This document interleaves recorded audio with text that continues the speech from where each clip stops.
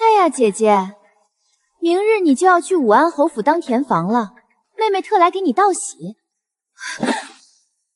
二小姐，您怎么能毁了大小姐的嫁衣？这可是……紫珊，退下。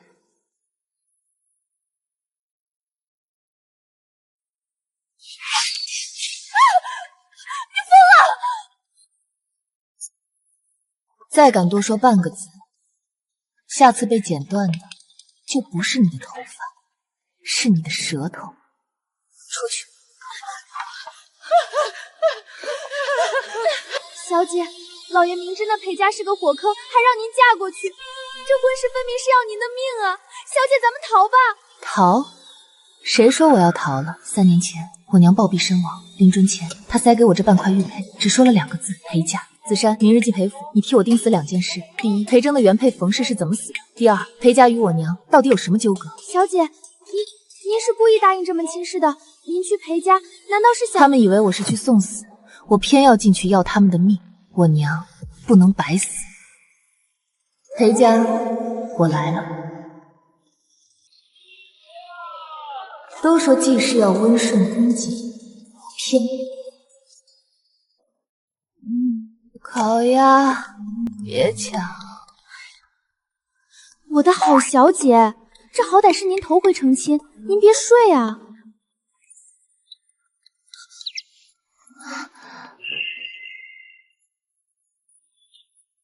请新郎为新娘作诗：晚宿财团月，珠帘映罗幕。不是大10岁吗？这是大10岁的脸！老天爷，你是不是把年龄搞反了？不用念了，我同意。你同意什么？同意嫁你啊，不然你以为我在这里干嘛？小姐，你好歹装一下呀！请侯爷与夫人移步桌边，饮合卺酒。你先坐下，我不喜欢仰着头跟人说话。江氏，这桩婚事缘由，你我心知肚明，你只需恪守本分。首先，我叫江瑶；其次，你先坐下，我不喜欢仰着头跟人说话。我先问你一件事：冯氏是怎么死的？与你无关。反应这么大，看来冯氏的死果然有蹊跷。好，我不问了，喝酒。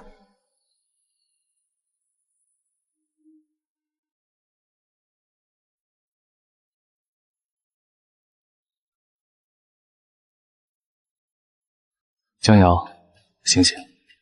今日需向母亲敬茶，快些起来。别忘了你答应我的条件。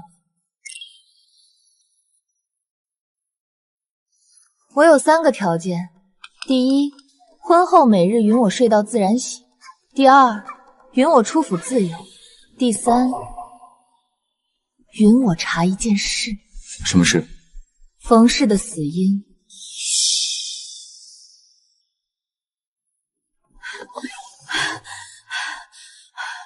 侯爷，太太那边派人来催了，说心腹再不去敬茶，他就亲自过来请了。去告诉母亲，就说本侯偶感风寒，身体不适，待晚些时候再带心腹向他请安。是。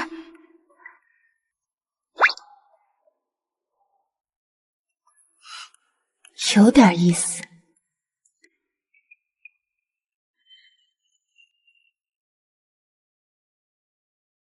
儿子给母亲请安。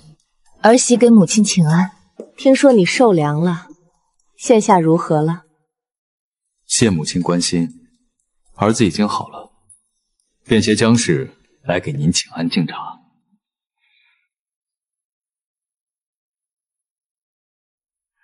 儿媳江瑶见过母亲，母亲请喝茶。你就是江氏吧？模样倒是伶俐，但为人妻者，最重要的还是品行，你可明白？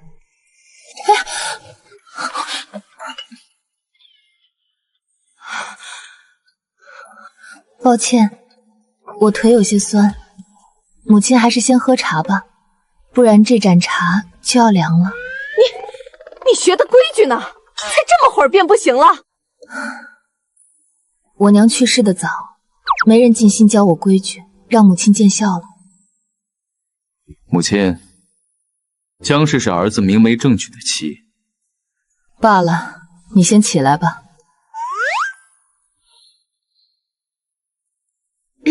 我知你们江家小门小户不重规矩，但既然嫁进了裴家，就得遵守裴家的规矩。每日晨昏定省不可少，侍奉长辈，相夫教子，温良恭俭，你可能做到？关于晨昏定省这一条，我做不到。你这话是何意？旁人都能做到，怎么你就做不到了？母亲，江氏自小便患有嗜睡症。嗜睡症？侯爷说的没错，我每日必须睡到4钟，睡足6个时辰才会醒。那若是睡不足时辰呢？那恐怕有碍于子嗣。睡不够则心情不好，心情不好则郁结于心，伤了肝肺，肝肺不好则脾胃不和，长此以往，5脏6腑皆受其影响，身子骨虚弱了，自然怀不上孩子。什么？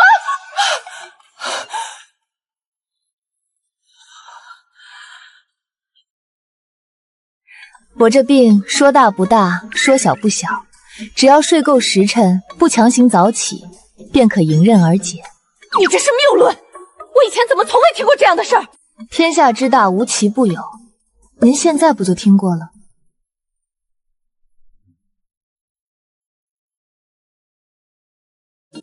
明叔，你先回去吧，我们婆媳几个还有话要说。是，儿子告退。明荣年纪小，闹着玩呢，大嫂何必同他？想必这位就是新进门的大嫂吧？瞧着这般年轻，我都不好意思喊大嫂了。我姓薛，单名一个娇字，大嫂喊我娇娘便是。我叫江瑶，你喊我名字便是。可是美玉之瑶？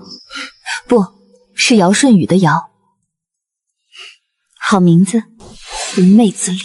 狐妹子脸总比你的馕饼脸好，再撒上几粒芝麻，就是芝麻糊饼了。你怎可貌取人？以貌取人的不是你，就因为我长得美，便心生嫉妒，说我是狐妹子。明荣年纪小，闹着玩呢，大嫂何必同他计较？我也是闹着玩呀。不过你是哪位？她是老三明学的媳妇儿，也姓罗，叫夫渠。她可是裴家的大功臣，生下了咱们大房一脉的长孙。原来是三弟妹。下次开口前记得先自我介绍，免得被人误会是什么上别人家打秋风的亲戚。听说大嫂今日睡到5时才醒，哪位大哥还要假借身体不适的名义，将敬茶之事拖到现在？三弟妹这么清楚，难不成昨晚趴我们床底下了？你胡说八道什么？既然不是，那你凭什么说我家侯爷身体不适是装的？我的意思是你藐视婆母，不想敬茶。早茶我是没敬上，可午茶我是敬上了的，母亲也喝下了，方才还夸我敬的茶好喝呢，对吧，母亲？母亲要是喜欢，我可以过来给您敬碗茶。那倒不必了。粗鄙，这种话也说得出口，果然是小门小户出身，没有教养。你高门大户出身，教养也不过如此。娘，你看他，都是一家人，为这么点小事吵不值当。谁跟他是一家人？谁跟他是一家人？要不是为了挡公主，大哥才不会娶你呢。行了，都别吵了，吵吵闹闹成何体统？明荣，他是长辈，你是晚辈，娘平时是怎么教你的？还有，你怎可将狐妹子这种话挂在嘴边？还有你，夫渠，子虚乌有的话怎可当真？有这个闲心，就该多花心思督促明学和眼根父子俩努力读书，将来考取功名。至于你，姜氏就不能宽容大度些，和他们计较什么？母亲怕是搞错了，我向来是人不犯我，我不犯人，我方才可有说二弟妹半分不是。他俩出言不逊，故意挑拨在先，难不成还要我忍气吞声，委曲求全？与其今后弯弯绕绕，不如我今日就把话说开。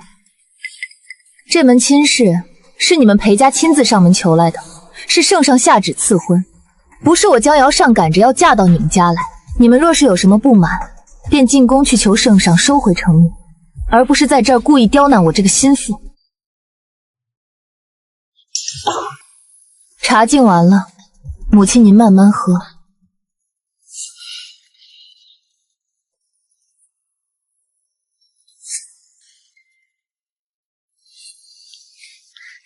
大嫂留步。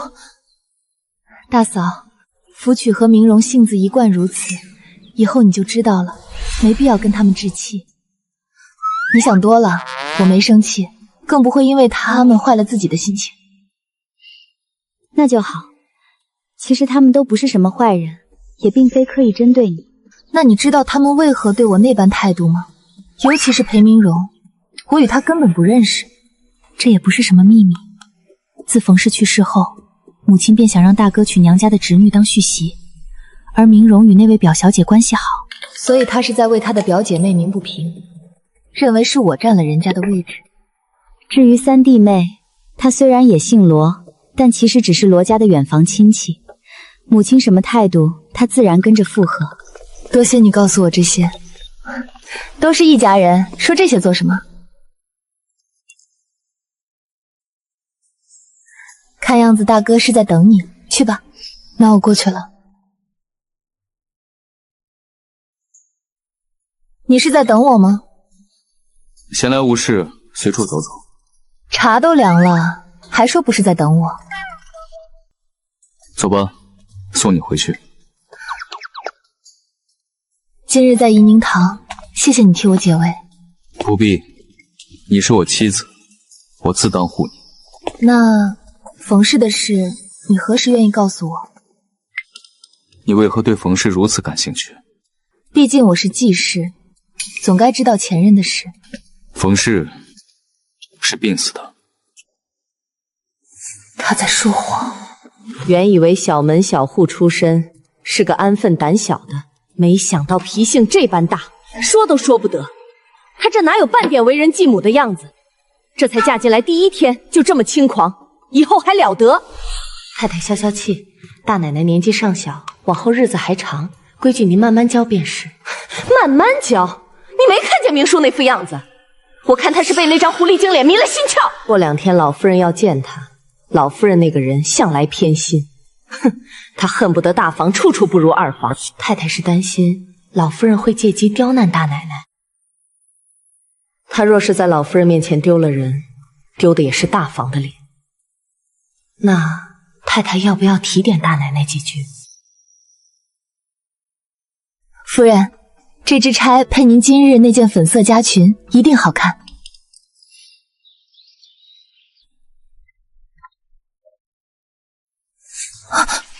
夫人，太太来了。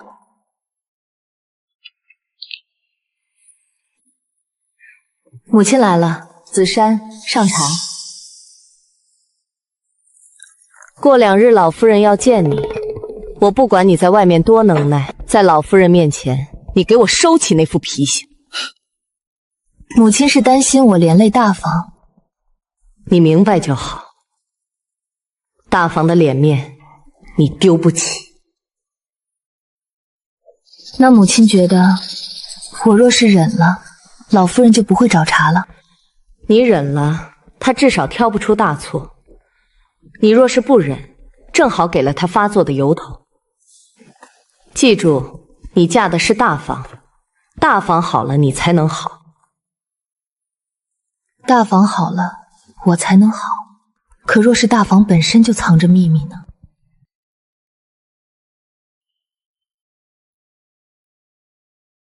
给老夫人请安。起来吧，这位就是明叔的新媳妇儿吧？瞧着是个伶俐聪慧的，就是这容色未免太盛了些。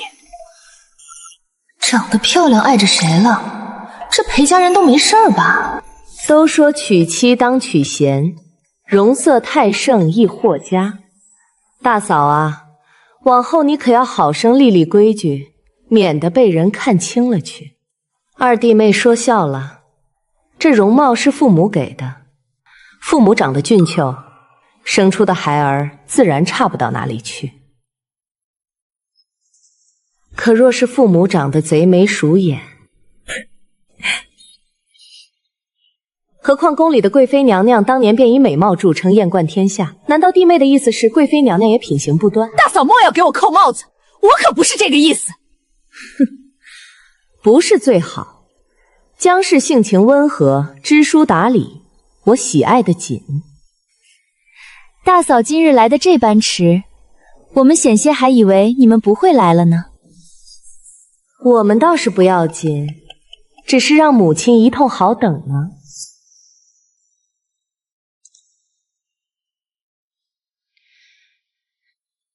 老夫人，两位婶婶，这要怪我。是我顾着规矩，坚持要去拜见两位老祖宗的灵位，这才耽搁久了些。此事与母亲无关，老夫人要怪罪，便怪罪我吧。真是张能说会道的嘴儿，无怪和你婆母喜爱你。老夫人说的是，婆母还体恤我，免了我每日陈安呢。胡闹！祖宗规矩怎可废？我原先也感到为难，因此特意在大老夫人灵前请了罪。婆母却道，大老夫人慈爱宽宥，最是疼爱小辈，不会怪罪的。母亲，您就是天底下最通情达理、善解人意的婆母，我真是三生有幸成了您的儿媳。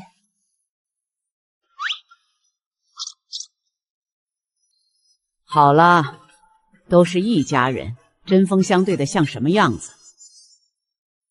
来人，把给明须媳妇的见面礼拿来。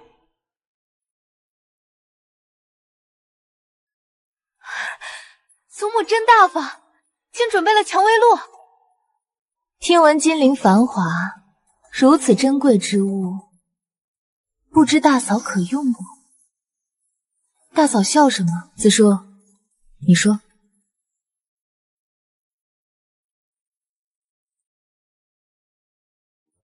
这位小姐有所不知，这样的蔷薇露，我家夫人有一匣子，平日里都是用来洁面洁手、沐浴沐发、熏衣熏背的，便是我们这些贴身丫鬟也有幸分得。怎么可能？你父亲不过一7品小官，怎用得起价值千金的蔷薇露？放肆！你一个未出阁的大家小姐，怎出言无杖？大嫂莫气，明微不过一时失言，还什么权？何况我们也着实好奇。我家夫人的三舅爷从商，常年与西域商人来往，因而每年送来的蔷薇露不计其数。不过一介商人，有什么可骄傲的？听你的意思，你是瞧不起商人了？是又如何？不说昔日太祖组建商队收获情报，今圣上允许大庸商人与邻国往来贸易，就连裴家老侯爷也曾受恩于商人，这才有了今日的裴家。而你却说商人低贱，裴家的列祖列宗知晓后辈如此忘恩负义，九泉之下怕是也难以安息吧？你说得好，没想到这便是二房的教养，倒是令我大开眼界了。明叔，这其中怕是有什么误会。哼，没什么误会，就是你们听到的那样。明微，还不快向你大嫂道歉！大嫂，对不起。轻飘飘一句道歉，便能抵消他污蔑我家门之过。裴家的礼仪教养，恕我这个七品小官之女不敢苟同。那就让明威去祠堂祖宗面前跪足3日，罚抄家规10遍，禁足1月。如此，你可满意？老夫人觉得满意就是了。我一介心腹，七品小官之女，哪敢对高门贵女指手画脚？那就跪足7日，禁足2月，给我好好学学规矩，免得出去丢人现眼。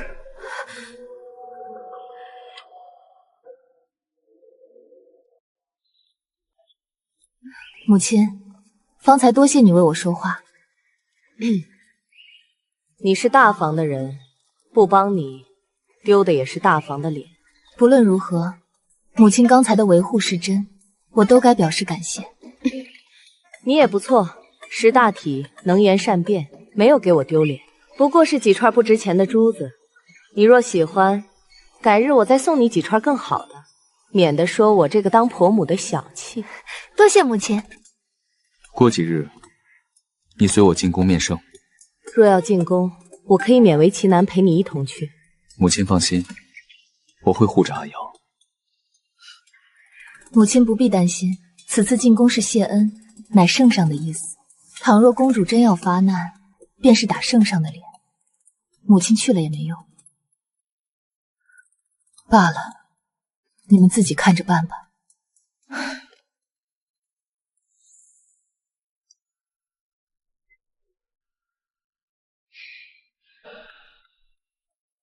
去准备笔墨，我要修书一封。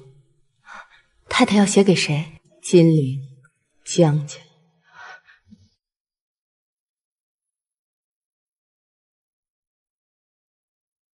江瑶，你到底是谁的女儿？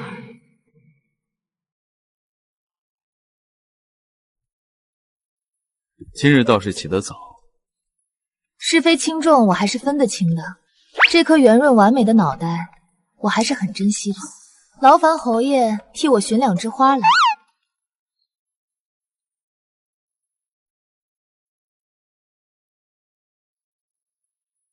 替我簪上。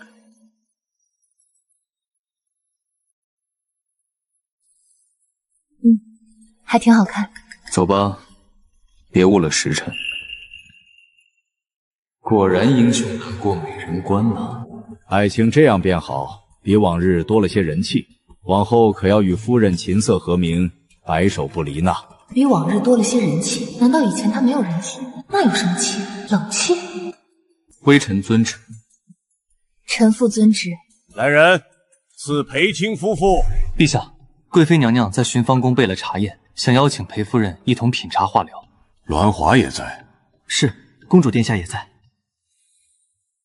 也罢，既是贵妃相请，裴夫人便去吧。臣父遵旨。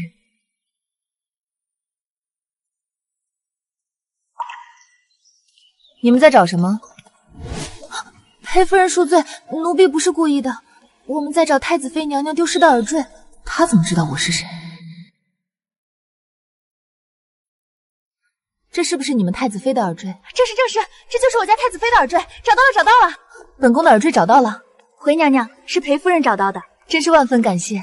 这耳坠乃殿下送与我的定情信物，丢失之际可谓是万分懊恼，没想到如此有缘，竟被裴夫人寻到了。恰巧罢了，娘娘的耳坠没有损坏便好。夫人这是要去哪儿？可是贵妃的茶宴，本宫也是，原本早该到了，只是被这一耽搁。裴夫人若是不介意，便与本宫一同前往。自然是不介意。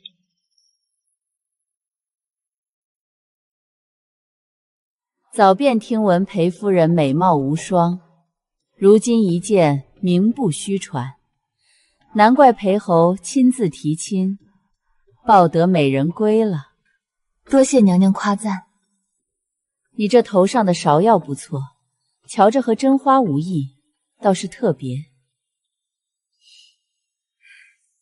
正是真花，是侯爷从家中院子里摘下为我戴上的。的确别致，没想到裴后还有整心思。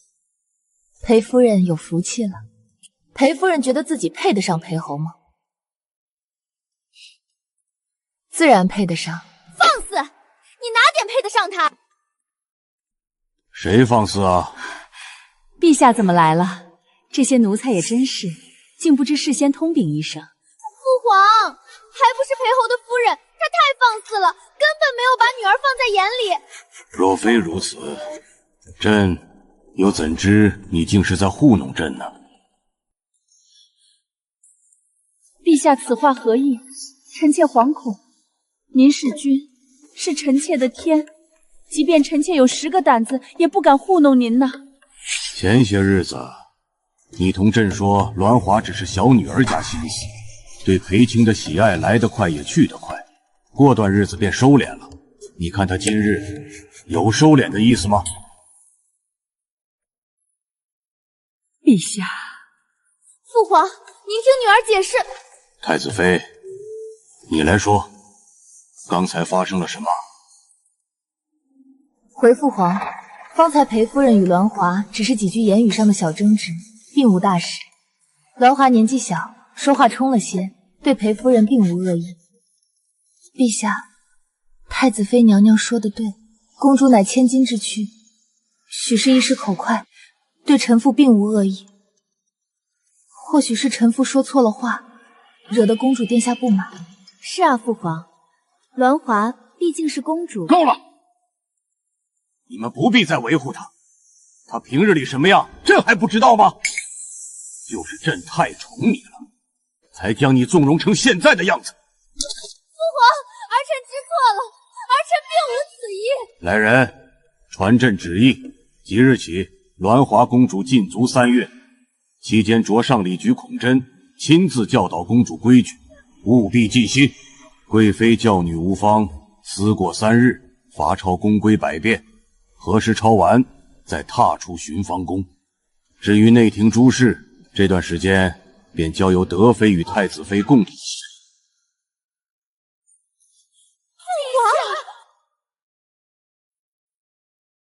母妃对不起，今日是儿臣犯错，连累您了。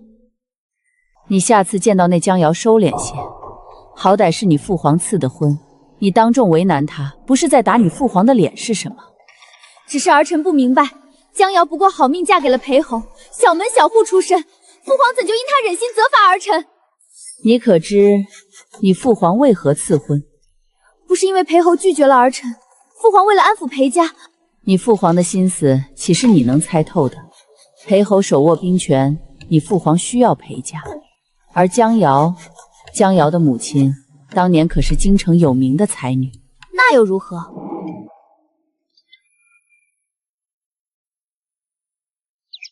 何意？第2条，允我出府自由。你要出府？何时？若是不急，明日我休息，陪你出门。不，我今日便要出门。来京城多日，还没真正逛过呢。我让石泉给你备马车，再带上2个护卫。街头小吃少食为宜，若逛累了，便去茶馆歇脚。有时前须回府。知道了，知道了。你快去衙署。再说天都要黑了。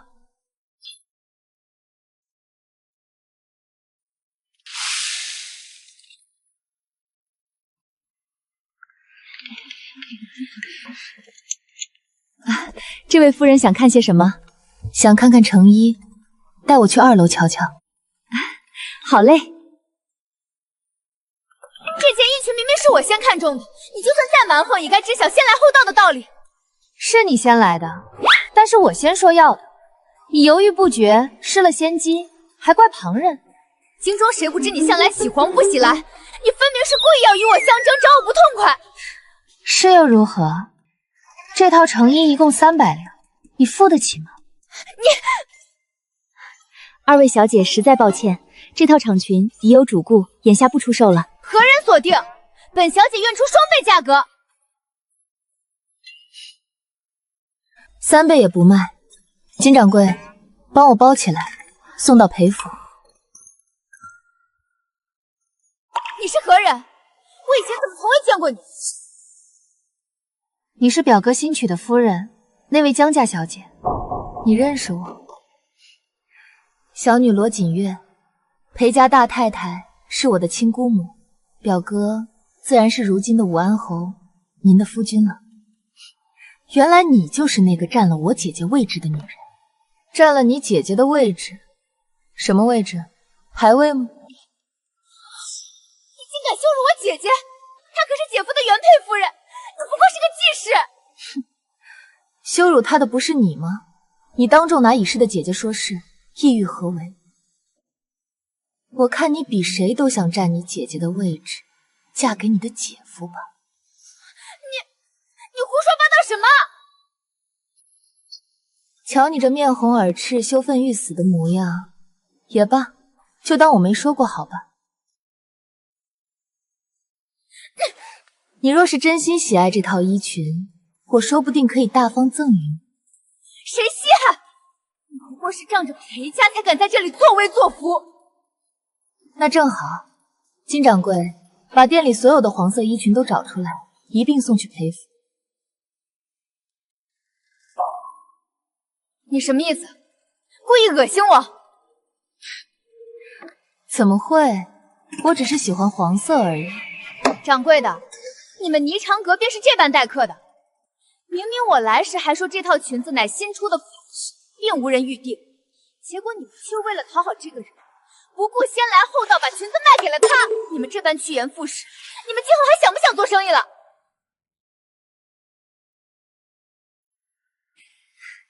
冯小姐误会了，这衣裙我们并没有卖给裴夫人。你当我眼盲还是耳聋？方才你可不是这么说的。这是我们赠送给裴夫人的。你什么意思？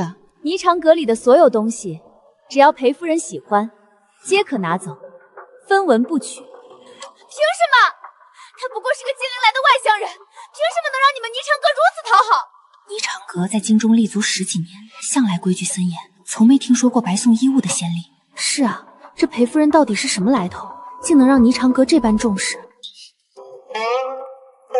金掌柜，你说凭什么？凭裴夫人是霓裳阁的东家。除了京城的这家，金陵、甘城的2家分号皆是裴夫人的嫁妆。什么？3家霓裳阁都是嫁妆？这江家也太阔绰了！怎么会这样？不可能！这店开了10余年，怎么会是你的嫁妆？你一定是串通好金掌柜，故意骗我的！冯小姐休要胡言，这是江家当年立店时给我的令牌，上面刻着裴夫人的名字。各位不信，可以过目。我还有事，金掌柜，替我好好招待2位。是，东家。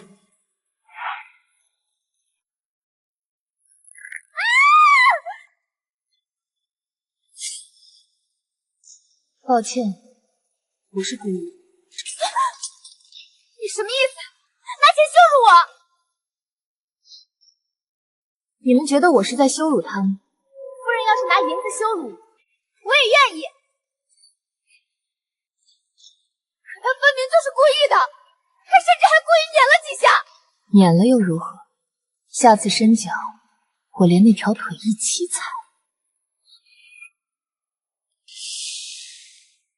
没想到弟妹竟是这般女子，口齿伶俐，飒爽刚强，你有福了。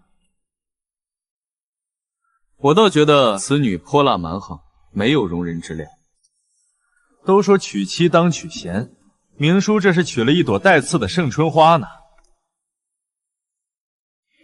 与你何干？又不刺你，多嘴多舌。他这太无礼了吧！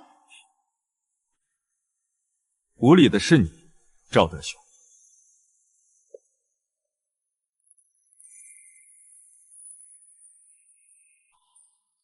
夫人，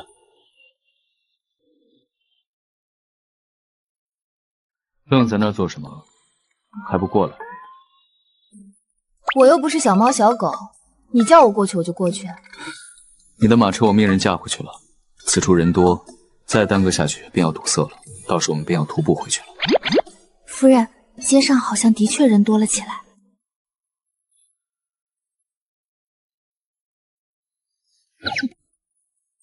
谁招惹你了？瞧着不大高兴。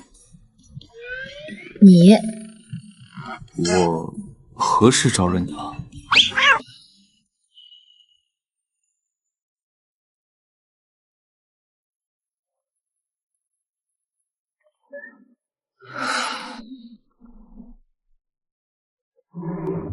我想吃炒栗。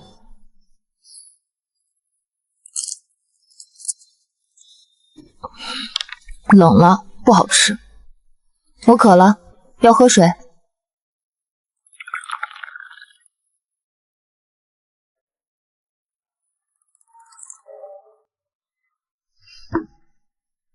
凉了，不好喝。故意挑刺，是又如何？现在可以说说你为何无缘无故迁怒于我了吧？什么无缘无故？就是因为你，他们才莫名其妙找我茬。他们？罗家、冯家那两人？你怎么知道？茶楼听到的，两间铺子隔得近，便正好听了一耳朵。因你那霓裳阁皆是女子，所以我不便露面。这次我是看在你的面子上，才不与他们计较。但是丑话说在前头，下次他们要是还不长眼撞上来，我可不会顾及他们是谁。你也别想我会大度忍让他们。他们一个是你亲表妹，一个是你妻妹，你不帮他们辩解两句？你还是我的妻子，武安侯府的女主人，我是不是更该帮你？好吧。不过我有些好奇，冯家大小姐是个什么样的人？为何我不曾听你提起她？与寻常女子无异。怎么听你的话，像是与她不熟？她不是你的原妻吗？与你无关，莫要再问了。确实同我没有任何关系。反正我在你们眼见中也不过是个低门小户出身的技师，是个外人。你不愿说，我自然不会强求。江瑶，你知道自己在说什么吗？当然知道。你不必喊我名字，也不必用这种高高在上的眼神看我，更别想着威胁我。今日你逛累了，好好休息。走就走，谁稀罕？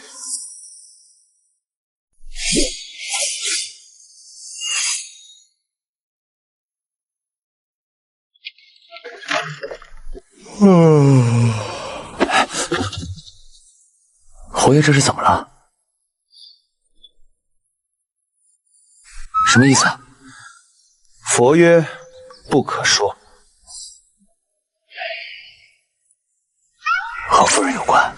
昨天不是你接侯爷和夫人回来的，难道和冯家人有关？如果这么说的话，那便说得通了。你什么眼神？看，我不说你也猜出来了。以后这种事不要再问我了。哎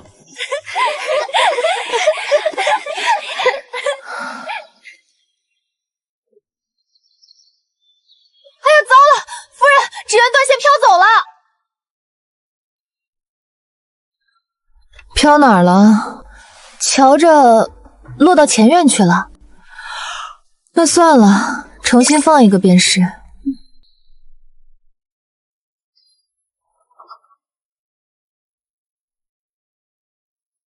吵吵嚷嚷，发生了何事？回侯爷，院子里落了一只纸鸢，是从夫人院里飘来的。他竟还有闲情雅致玩起了纸鸢，看来果真如他说的那般，心里不在乎。侯爷，这纸鸢可要小的送去还给夫人。放下，若有人来寻，便说在本侯这儿，让夫人亲自来取。是。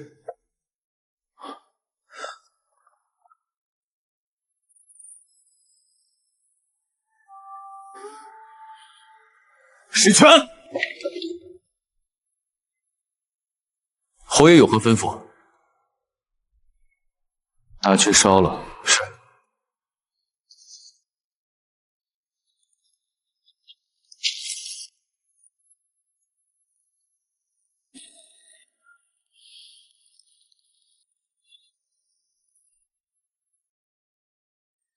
你去，你先来的。你去，你的事儿更急。你去，你的事儿更急。别吵了，被大人听见，你我都休礼。你们聚在此处作甚？严大人小声些，莫要惊扰了裴大人。瞧你们这些胆小的模样，看我的！裴大人，4、5日不归家，脸色一日比一日差，难不成和弟妹拌嘴了？公事繁忙。也是，你看起来就不是会拌嘴的，顶多不痛快时生闷气。听我的，回去向弟妹认个错，准没错。你都不知我与她之间发生了何事，怎就笃定是我的错？夫妻之间嘛，谁对谁错不重要，重要的是得有人先低头。若一直冷下去，再火热的人心都会变凉，到时可就得不偿失了。不与你说了，我家娘子今日亲手做了午膳送来，我再不吃便要凉了。夫妻之间嘛，谁对谁错不重要，重要的是得有人先低头。若一直冷下去，再火热的人心都会变凉。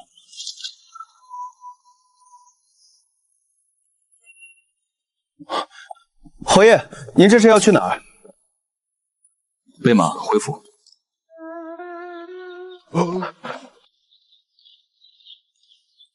侯爷回来了，您他呢？夫人半个时辰前去了太太那儿。侯爷，有一封夫人的信件，从金陵来的。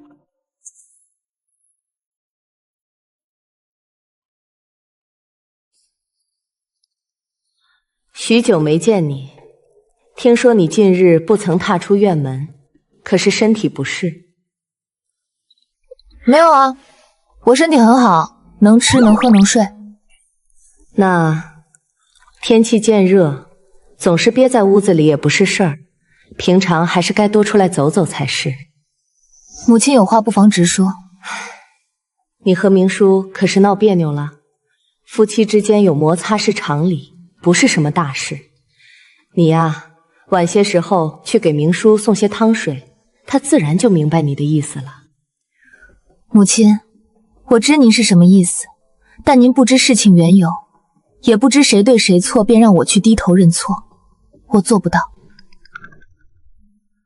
我听说大哥冷落你同表姐有关，好像还扯上了冯嫣然。上古有凶兽，以人脑为食，凡人闻之色变，终日惶恐不安。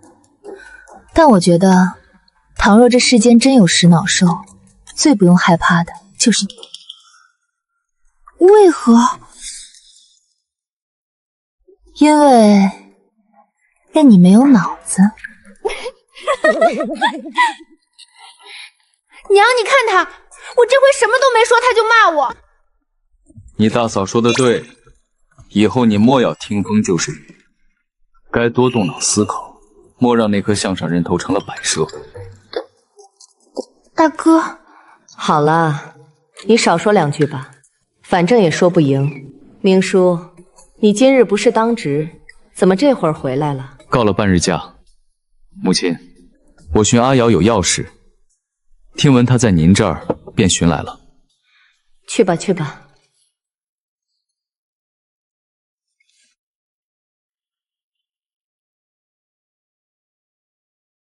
侯爷找我有何事？你的信，金陵捎来的。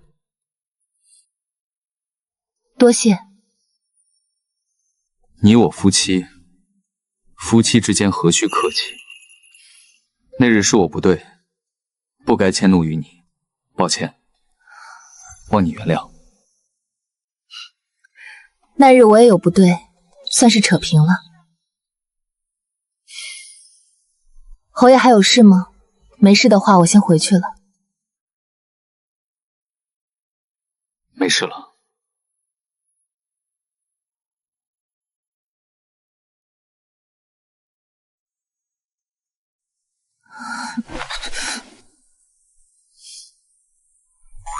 裴征，你大晚上不在你院子睡觉，跑来我这儿做什么？想见你，便来了。你不是裴征，你是谁？我命令你从他身上下来。那日我说那话，并非嫌你，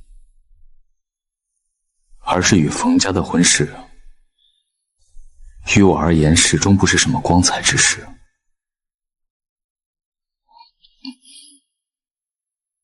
别动。那你快说，不然我要睡了。冯家太爷乃我的恩师，10年前我中榜后前往冯家，将这个好消息告知他。得知我还是守明，他很高兴，说他终于了结一桩心愿，可他却早已病入膏肓。弥留之际，他握住他的手，说他此生还有最后一个心愿，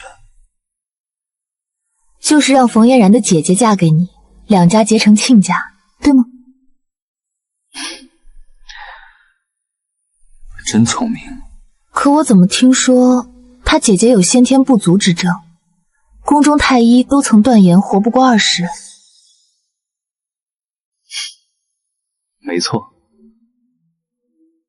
老是知晓后辈扶不起来，担心他走后我与冯家从此断联，受他人撺掇才出此下策。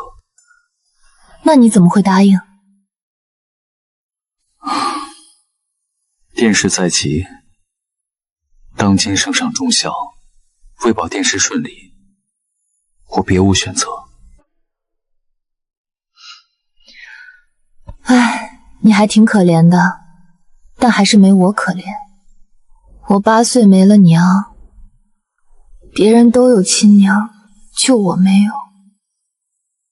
没娘的孩子就是草，我娘要是在，我绝对是天底下最幸福的女儿。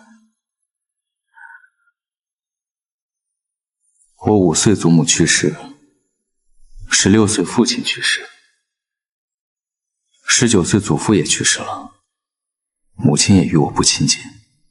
永刚康10年，我上任途中遇山匪拦路，肩上被砍了一刀。永康15年，我与水匪殊死搏斗，险些丧命。前年，我遭人陷害，在狱中待了半月。可恶！你在和我比惨吗？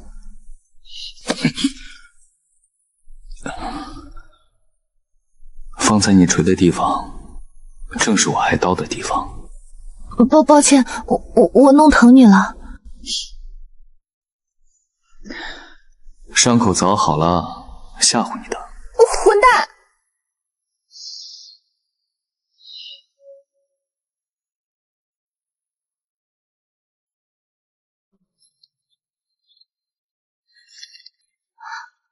竟然有5000两，父亲这回倒是大方，我还以为顶多有个1000两呢。您可是老爷唯一的嫡女，不对您大方，那对谁大方？瞧把你骄傲的，过几日便去把钱取出来，给你多添几套新衣裳。夫人对我真好，奴婢下辈子还要当您的丫鬟。没出息。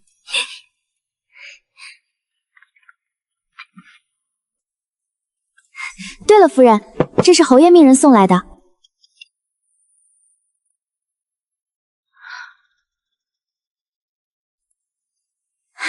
夫人，是铺子哎，这下您账上又有进项了。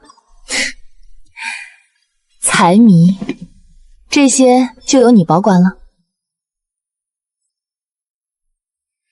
夫人放心，保证万无一失。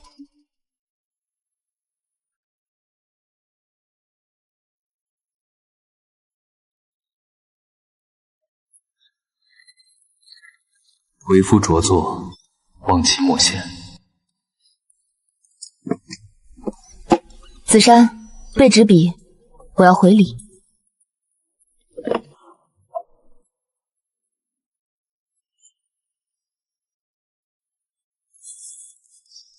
无知佳作，尔敢闲之？太清山在哪儿？奴婢也没听说过。在京城西郊，那里冬暖夏凉，气候宜人。山腰上有一处皇家别院，不少达官显贵便将庄阮建在了山下。待天气热起来，那里便会热闹起来，倒是能体会几分山野之趣。那岂不是寸土寸金？你给了我不心疼？其他人不会有意见？既是道歉，自然得有赔礼，且这些都是我的私产，你是我的妻子，给你又何妨？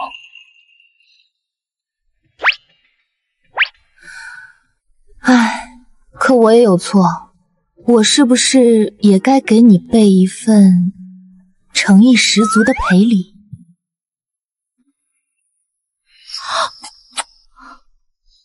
这才是欠礼，价值千金。好，就当是欠礼。今日我收到信，四弟快回来了，母亲大概会为他办个接风宴，届时劳烦阿瑶多多帮衬。知道了，我一定会做个称职的大嫂，你放心吧。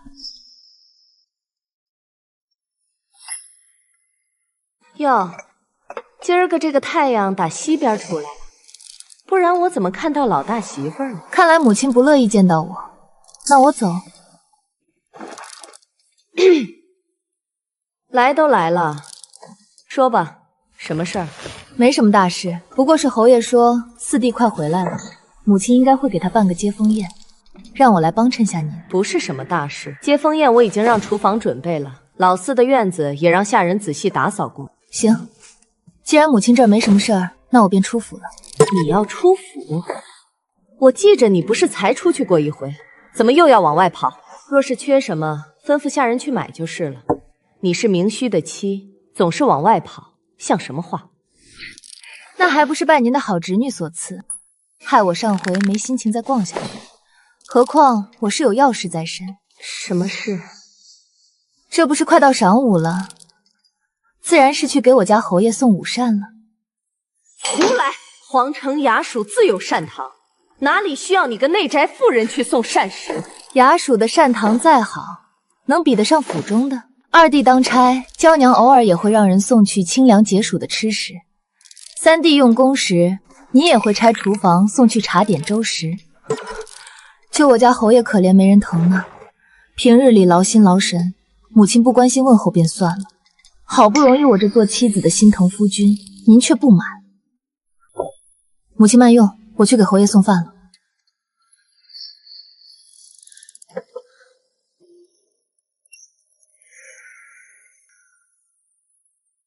怎么亲自来了？想来便来了，顺道再去逛逛。我看是你想出府逛，给我送柿三才是顺道。是又怎样？你还吃不吃了？带上石青一起。还有，记得天黑前回府，莫要独自去偏僻处。知道了，知道了，裴征，你好啰嗦。让开！快让开啊！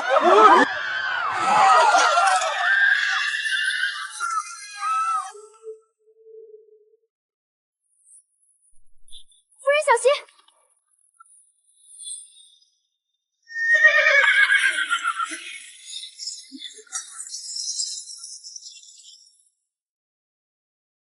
何人纵马闹事？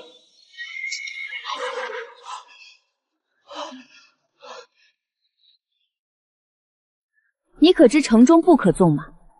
纵马与行凶无异，倘若死了人，当以故意杀人罪处置。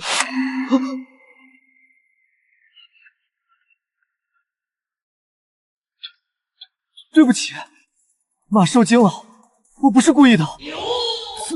四少爷。谁？四少爷？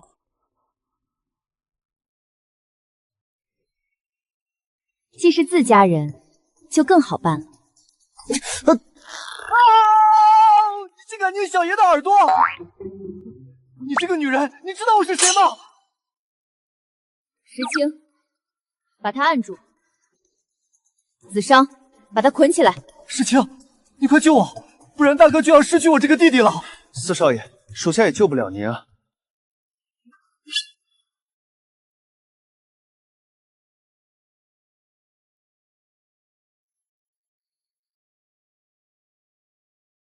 世清，你为什么听他的？你是不是背叛我大哥，投奔这个女人了？你到底是谁？你敢这么对我？是。诸位，只要是方才这场祸事中的受害者，我家主子愿赔偿各位的损失。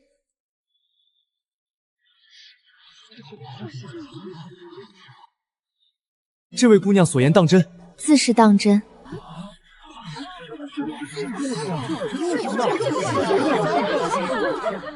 不知这位姑娘的主子家在何处？我们到时去哪儿要赔偿？大家可以去武安侯府，只要说明缘由，自有人给付赔银。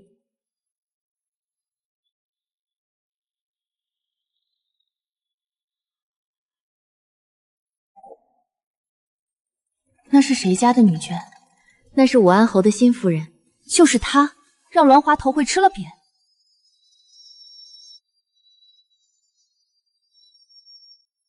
去，再写一份花帖送到这位裴夫人手上，以本宫的名义。是。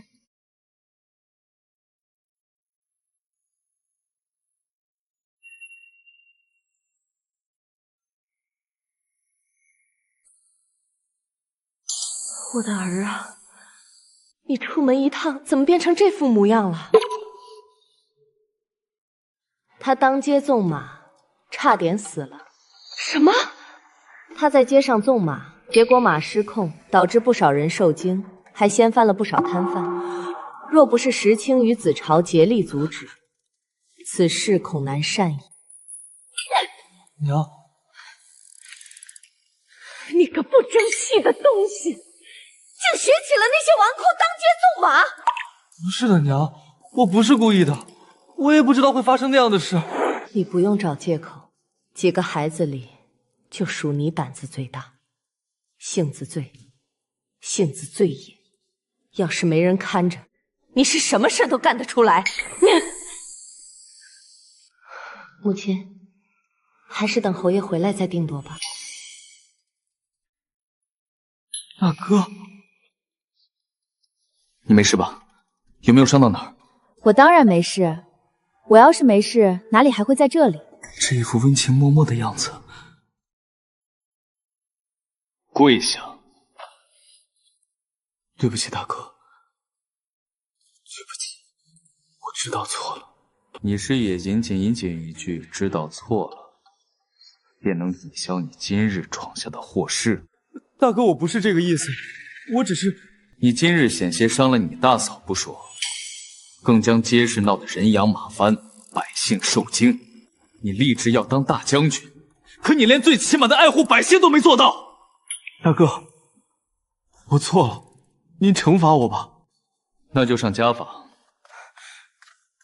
明叔，动家法，这是否太重了些？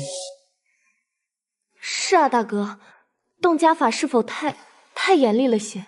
长兄如父，他犯了错，是我管教之过，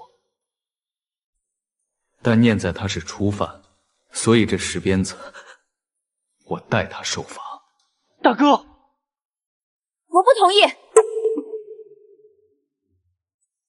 你心疼他，所以愿意代罚。可你是我丈夫，你受伤了，我也会心疼。方才我看你似乎有话要说，怎么现在不说了？快说，到底是怎么回事？还是你故意想让你大哥挨罚？不是，我绝无此意。我也不知马为何就突然疯了。受了刺激。你那马是从何处买来的？不是我买的，是用我原先那匹马在城外30里外的驿站换来的。大哥，我再怎么胡闹，也不敢在街市上肆意纵马呀。这些你刚才为何不说？因为我也不是很确定，我怕说了你们会觉得我在为自己开脱。若你是故意纵马导致的，那你活该受罚。可若有人加害于你，对你的马动了手脚，那就另当别论了。你要是怕被误会，咬牙忍了过去，不仅错失了追查真相的时机，也令你与家人有了隔阂。这背后之人可谓是好算计，一箭双雕。你大嫂说的不错，既有隐情，鞭笞一事暂时先放着。今日起，你去祠堂跪着，待我查明真相，再行处置。不打我了吗？先去祠堂跪着吧，等你大哥查清楚了再说。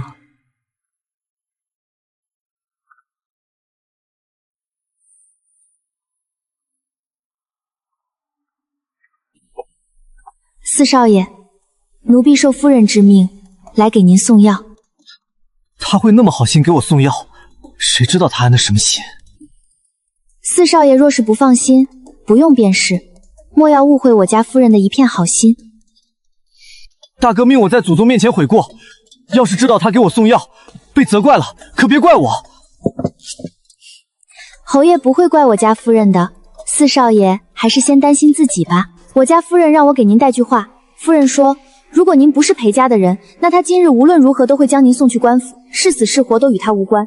可正因为您是裴家的人，与她如今是一家人，再加上今日无人伤亡，才愿意为您善后。如果您因此心生怨恨，那就说明您是个狼心狗肺、忘恩负义之人。我才不是狼心狗肺、忘恩负义之人，他需要看清我，替我向他道声谢。还有，对不起。这些话，您还是等出了祠堂亲自向我家夫人说吧。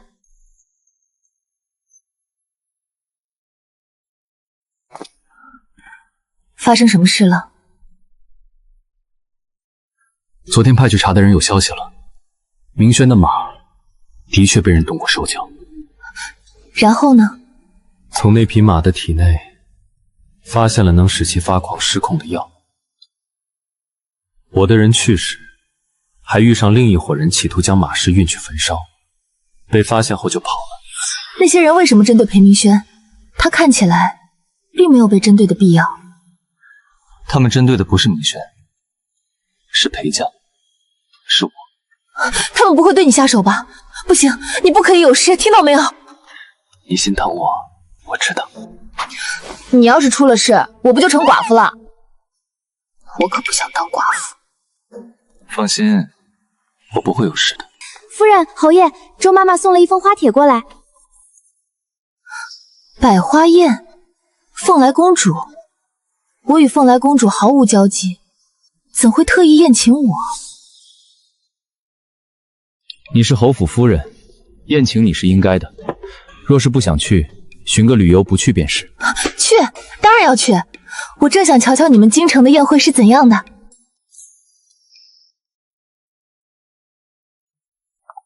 今儿个的太阳打西边出来了，你竟然来我这儿了。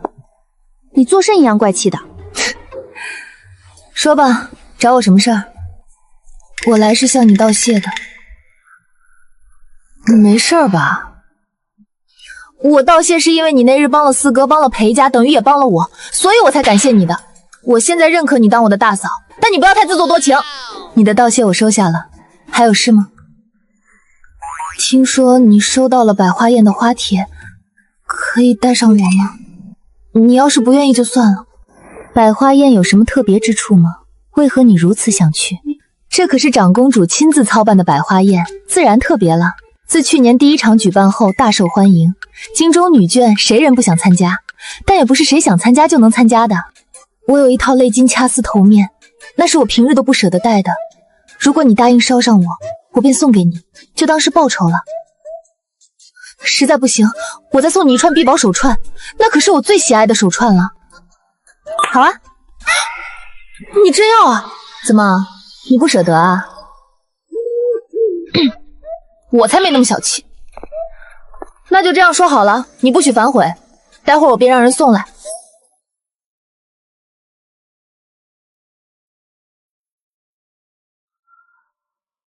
我当真要打扮成这样？要想去，便听我的。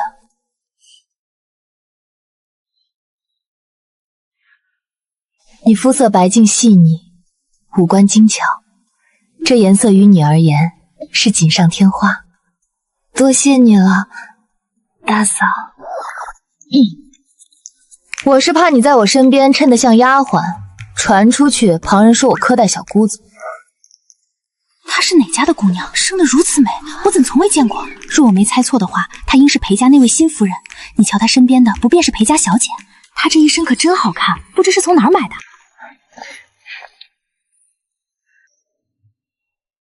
参见长公主殿下，太子妃殿下。方才本宫便想问了，裴夫人与裴小姐的衣裳好生别致，倒是令本宫这满园花色都失了颜色，不知是出自哪位绣匠。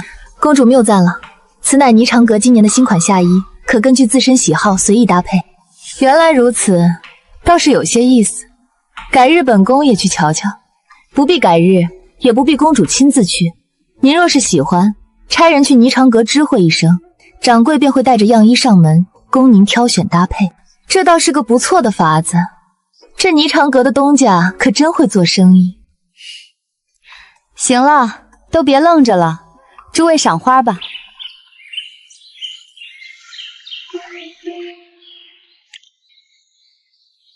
哟，里头有你喜欢的男子啊？哪有？你莫要胡说。瞧着都大差不多，不过如此嘛。你胡说！他们可都是京城颇负盛名的才子，尤其是谁？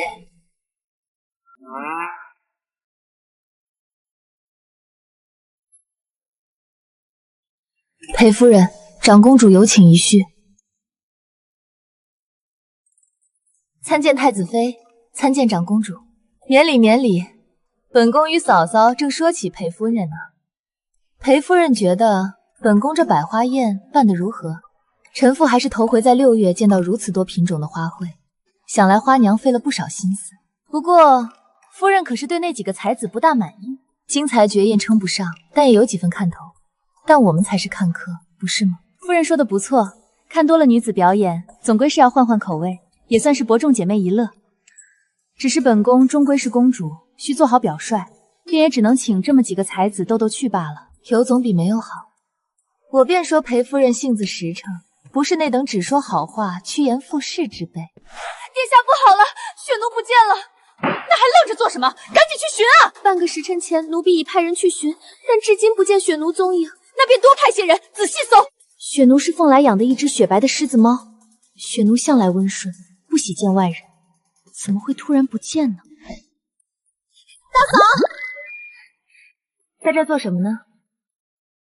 我和表嫂还有林表哥聊天呢。表嫂，这位夫人，我表妹喊你，你为何不应？你是个什么东西，也配教训我？大嫂，他是林家表哥林志。我记得裴家没有姓林的亲戚，他是你哪门子的表哥？还有你俩为何穿一样的衣裳？不知道的还以为你们心意相通呢。表妹，你别误会，这纯属偶然。你若是介意，回头我便把它扔了。你们穿什么衣裳是你们的事，不用刻意解释，但也不要自作聪明，把人当傻子。夫人，您说这话是否过于刻薄了？刻薄？我说几句实话便是刻薄了，再刻薄也没有你长得刻薄。我可是长公主请来的贵客，你有何资格羞辱我？你闭嘴！不许你这么说我嫂子！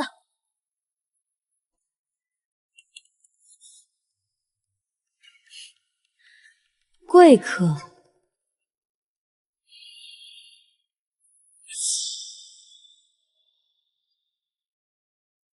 裴夫人有何吩咐？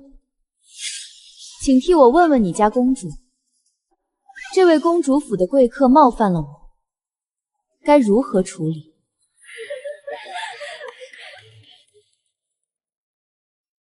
林公子是自行离开，还是等侍卫来轰您出府？要见公主。放肆！公主岂是你想见便能见的？放开我！放开我！我自己会走。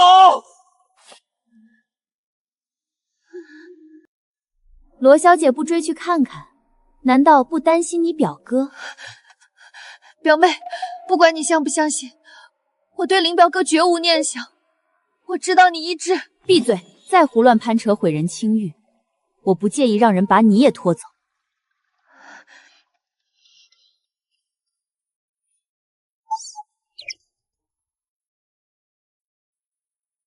要财没财，要貌没眉貌，要品没品，这样的货色，你看上他什么了？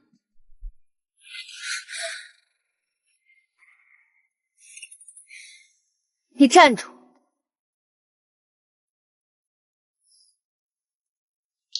你想干什么？好狗不挡道！过些时日，我就要嫁到瑞王府了。将来你见了我，可要磕头行礼，希望到时你还能这么硬气。好啊，我等着。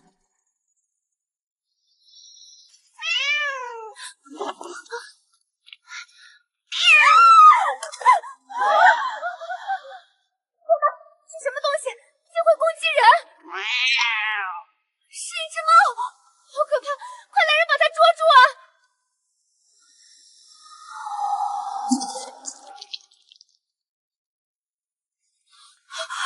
是奴！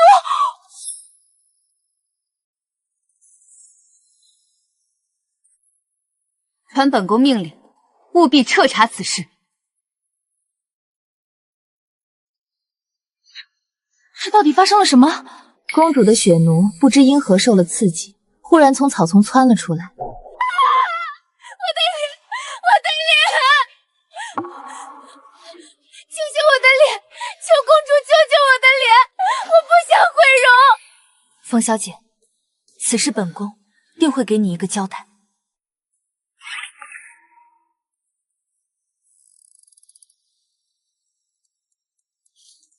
诸位，今日是本宫招待不周，扰了诸位雅兴，望诸位莫怪。本宫还有事，诸位请自便。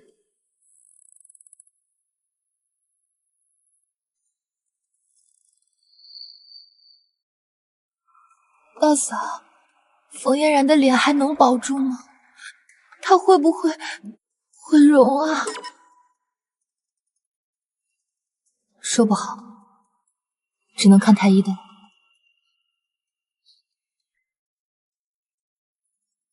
走吧，该回家了。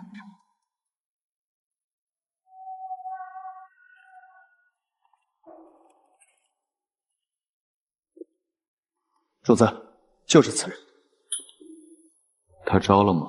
没有，此人是个硬骨头，说什么也不肯招。硬骨头。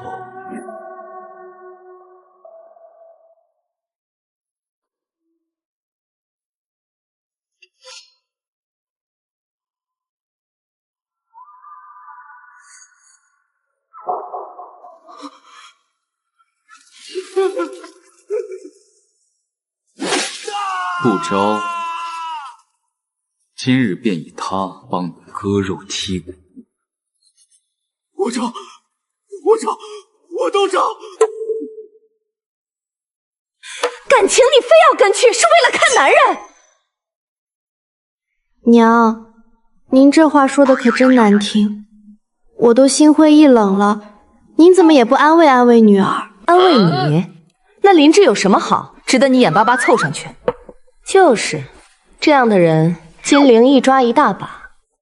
你以前不还夸过他？那是因为他是你舅母的娘家亲戚。作为晚辈，林志的确是有出息的人，可作为女婿，他是万万不够资格的。母亲说的对，倘若他待你真心实意，便也罢了；可若是有心利，无论如何，我们都不会答应这门亲事。江瑶，今日麻烦你了。若不是你，他不仅要被蒙在鼓里，还险些被公主的猫抓伤。母亲若是真想感谢，不如支些银子给我。银子，你钻钱眼里去了？不用给算了，给你也不是不行，总比有去无回好。母亲这是何意？今日你舅母来了，说是你舅舅投了些钱进商行，结果血本无归，想借1、2万银子周转。罢了，不提这些了。母亲，你要是借他们1万两，那也借我1万两好了。像林芝那样的男子，阿瑶在金陵见过很多。如此平庸之人，难道不是一抓一大把？不仅是在金陵，我看在京城亦是如此。反观夫君就不一样了，应当是大庸万里挑一，不，应该说是独一无二。这个答案你可满意？不满意。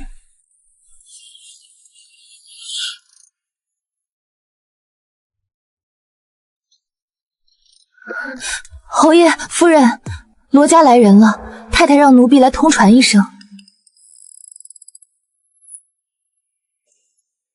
春娘啊，这回你一定要帮帮你大哥呀，他可是你亲大哥呀！春娘，你就帮帮我们吧，否则嫂子我是真不想活了。母亲，她是谁啊？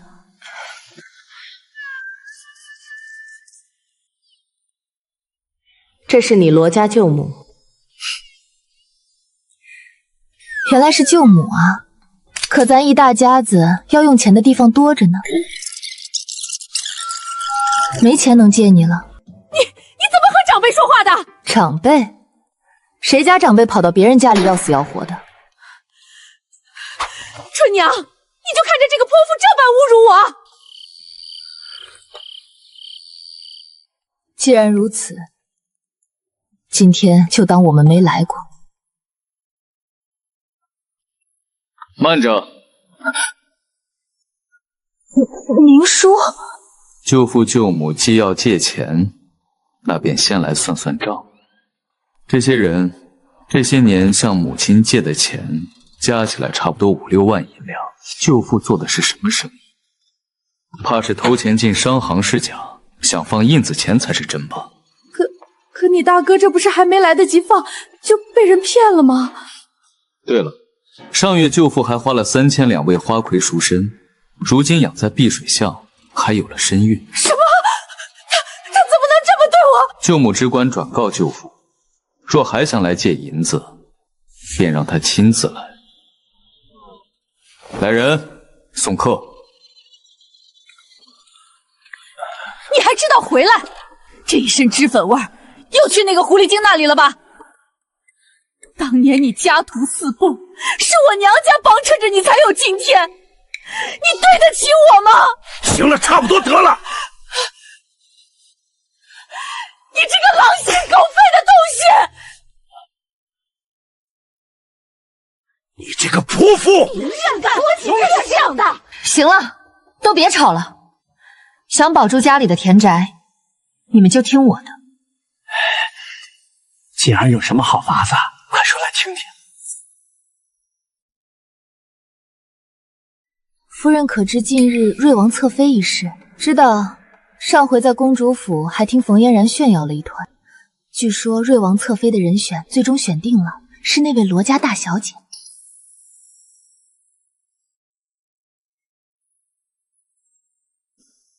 你是说瑞章立了罗锦月为侧妃？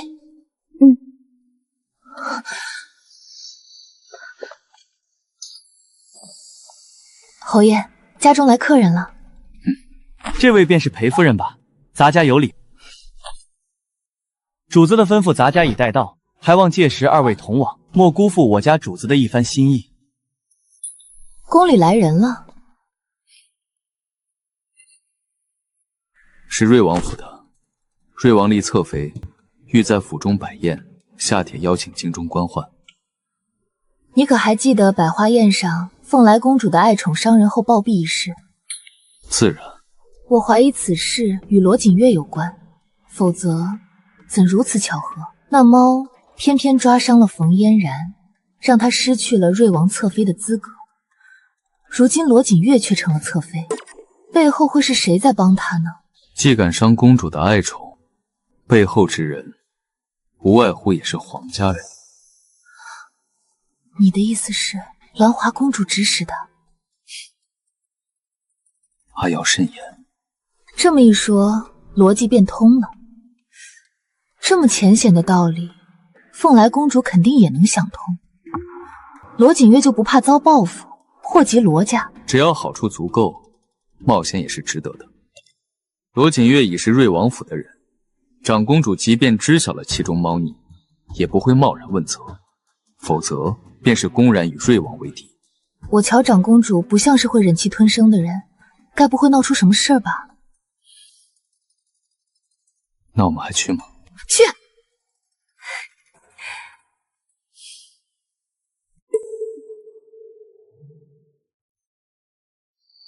我已按公主说的做了，公主当真能保我平安无虞。你现在才担心，是不是有些晚了？公主，放心吧，本公主的那位皇姐就算知晓了什么，要对付也是对付我。何况你如今是皇兄的人，他敢贸然出手，就别怪本公主闹到父皇跟前。你既得了侧妃之位，又保住了你爹的乌纱猫，你该感激涕零才是。是。走吧，该去前厅瞧瞧了。明虚，这位便是弟妹吧？总算是见着了，幸会幸会。想必是严大人吧？弟妹知晓我，常听夫君提起，说你是他的年少同窗，多年好友。哈，喊什么严大人，太过生分。弟妹同明区，一同喊我严兄即可。瑞王殿下，裴侯不必多礼。说起来，锦儿与你同为表兄妹，本王唤你一声表兄也不为过。能得殿下厚待，乃臣之荣幸，但这不合礼法。这位便是裴夫人吧？果然是位美人，与裴侯可谓郎才女貌，天造地设的一对。谢殿下就夸奖。表妹，表妹你在哪里？求你出来见见我，求你不要嫁给别人好不好？表妹，锦儿，表妹，这是何人？竟喝得醉醺醺的跑来这儿闹事？他表妹是谁？看他如此悲痛，难道是被他表妹抛弃了？来人，将这故意闹事之人给本王拖出去！是你，就是你抢走了我的表妹！你把我表妹还给我！咦，裴夫人认识此人？把他给本王拖出去！表妹，你把我表妹还给我！这个成事不足败事有余的蠢货！这就是皇妹给王爷寻的好侧妃，皇嫂就莫别说风凉话了。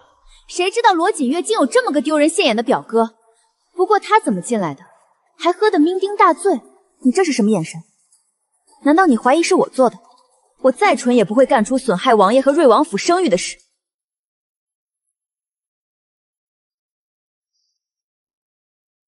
行事大方些，莫给本王丢脸。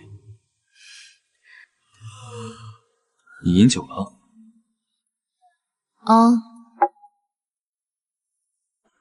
感觉如何？可有头晕脑胀？裴大人，你啰嗦了。侧妃娘娘，您的脸，我的脸怎么了？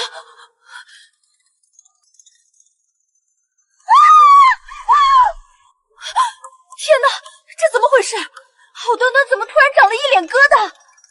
这该不会是天花吧？今日宴会到此为止，诸位请回吧。罗氏今日当众出丑，是不是你干的？难道在王爷心中，妾身便是这等是非不分之人？你平日里便喜欢拈酸吃醋，何况他的吃穿用度皆是出自你手，你让本王怎么相信你？若是让本王查出此事与你有半分关系，别怪本王不客气。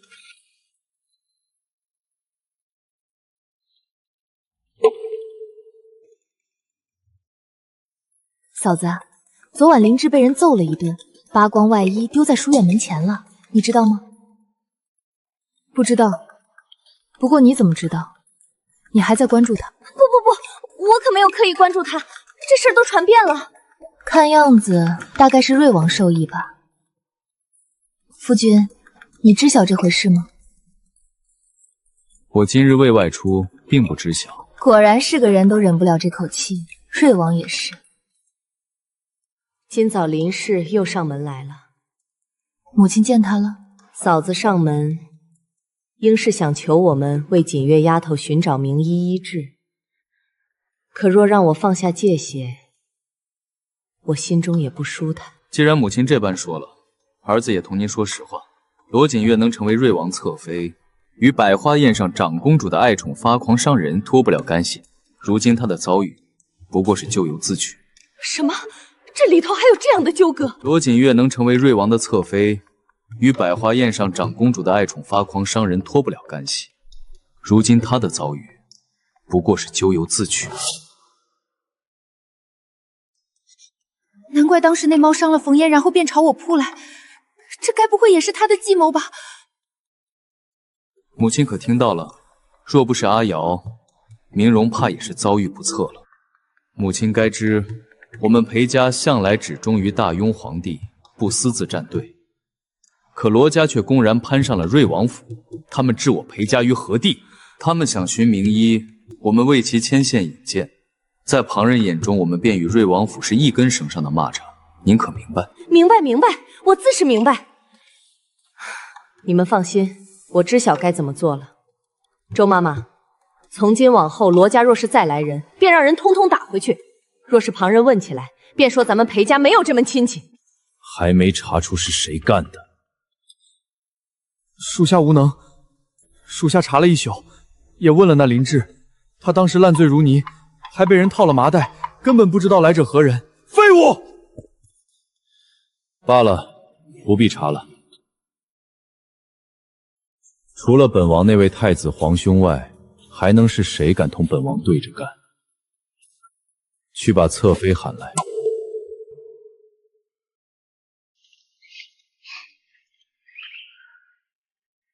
你手上拿的什么？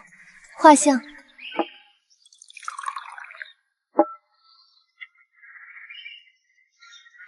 怎么都是男子？娘准备给我相看人家，自然都是男子喽。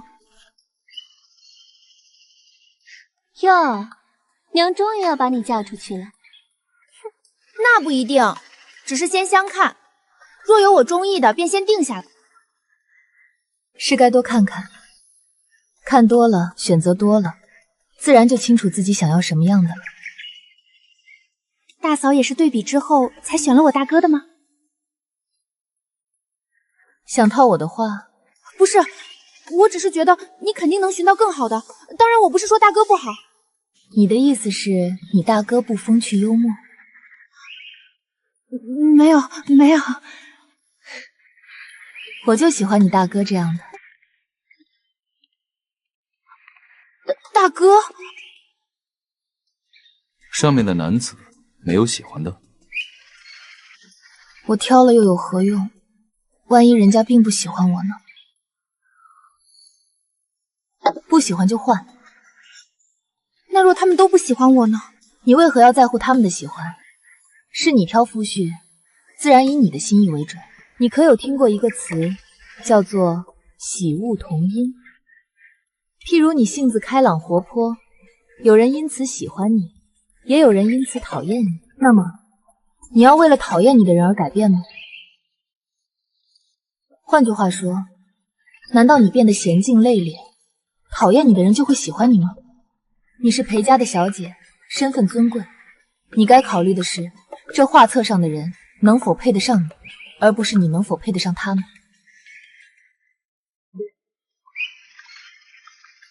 好，说得好，好一个喜恶同音。她是父亲的长姐，当今宁平王妃，我们的姑母。她身后是姑母的孙女，舒和县主。见过姑母。都说江南美人赛国色，果然名不虚传。你叫什么名字？我姓江，单名一个尧舜禹的尧字。好，人美名也美，名叔有福气。姑母说的不错，能娶阿瑶为妻，的确是我之幸事，裴家之幸事。还是头回见你这般说话，果然身边有了知心人，就是不一样了。好孩子，初次见面又来得匆忙，没能备上合适的礼，这只镯子也当是姑母的一点小心意。长姐，此乃母亲给你的嫁妆，这怕是不妥。既然是我的嫁妆，自然想给谁就给谁。那江瑶多谢姑母了。舅母、祖母，这位舅母如此年轻貌美，喊舅母都把人给喊老了。县主喊我名字也行。还是不了，我就喊你舅母吧，免得祖母又说我没规矩。舅母也不必喊我县主，喊我舒和就行。舒和，明荣小姑，你这般盯着我做甚？嫂子啊，你说的对，我是该好好挑挑。好歹我也是裴家的小姐，可不能丢了咱家的名声威望。明荣长大了，这性子越发沉稳了。谢姑母夸奖。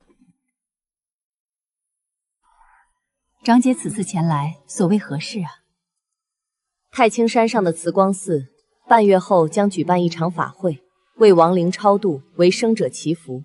你们若要前往，则需提前准备，沐浴斋戒3日。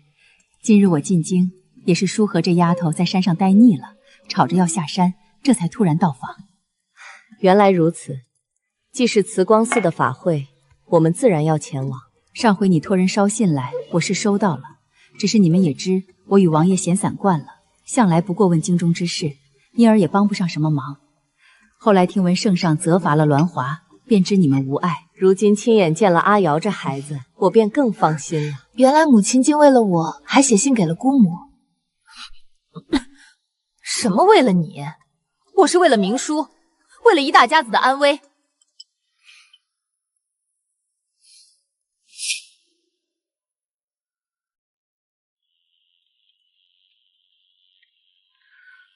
嫂子，我坐不住了，咱们去凉亭歇会儿吧。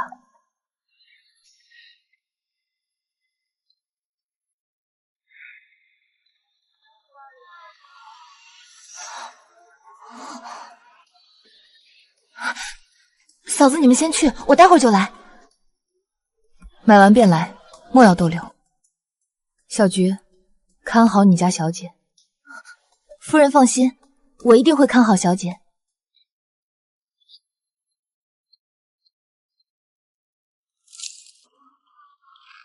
好吃。小姐，咱们该回去了，再等下去，夫人和县主该担心了。你先把东西带过去给嫂子他们尝尝吧，我很快就来。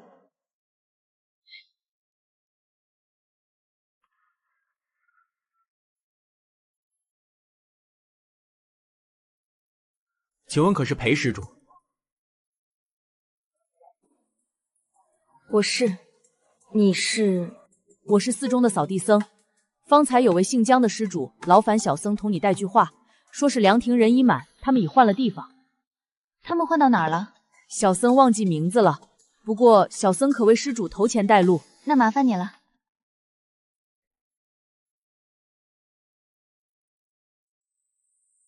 不对啊，这不是出庙的方向。你是什么人？明英小姑这是干甚去了？怎还不见人影？紫珊，你去看看。不好了，夫人，我家小姐不见了。不见了？怎么回事？小姐让我先走，说她很快就来，可我等了好久都不见她，回去找也找不到人。舅母，我们眼下该怎么办？明荣小姑她会不会遇到了拐子？紫叔，你去找侯爷报信，让他加派人手，务必注意下山的人。小菊，你去明荣失踪的地方问问，莫要透露明荣的身份。明荣失踪了，何人竟如此大胆？我并不熟悉此地，烦请姑母派人暗中搜寻明荣下落。母亲那边先暂时不要告知。我明白。另外，还请姑母派人盯着瑞王府，尤其是罗锦月。你的意思是，他让人掳走了明荣？只是有这个怀疑，事先方废罢了。是你，灵芝，你怎么变成这副鬼样子了？你还是一如既往的贪吃，难怪身形浑圆如球，害我费了9牛2虎之力才将你搬运至此。贪吃怎么了？吃的又不是你家的，关你屁事！粗鄙！我长得胖是因为我有福气，搬不动我，难道不是你身弱似鸡吗？你何时这般牙尖嘴利了？什么牙尖嘴利？我这叫口齿伶俐，亏你还是读书人。我与你无冤无仇，为何要将我掳至此？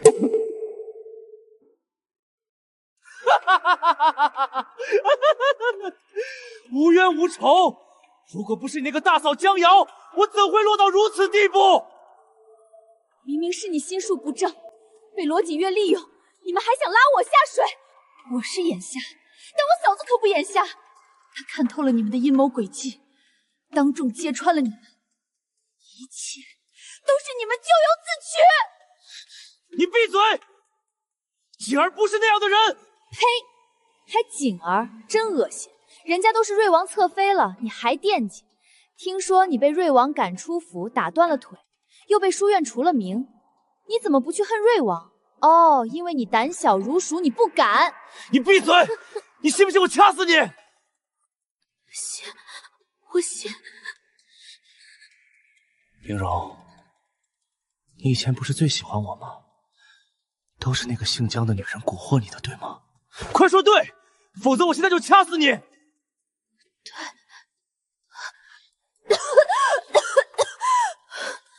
明柔，你帮帮我好吗？你以前不是一直想嫁给我吗？你想干什么？嫁给我？你疯了！我绝不可能嫁给你！既然你不肯，那我只能按照计划行事了。你想干什么？你动了我大哥和嫂子，绝对不会放过你的！既然不在寺中，那就在寺外了。大概率贼人还在山中，正好这条路便是通往寺外后山。你个小沙弥，鬼鬼祟祟干什么？施主手下留情，小僧只是听见你们在找人，一时好奇罢了。我们何时说过在找人？还不快老实交代！快点给我说！快点给我说！我说，那人给了我这个，我没忍住就答应了。夫人，你们是在找一个穿粉色衣裳的胖胖姐姐吗？小姑娘，你们见过她？我和妹妹上午在后山上采野花，见到一个跛脚的人扛着个穿粉色衣裳的姐姐路过了。我记得那个人去的地方有间茅草屋。可以给我们带路吗？这个就当是带路费了。不要钱，我们自愿给夫人带路。嫂子救命啊！此地人烟稀少，还想让那个女人来救你，简直作孽！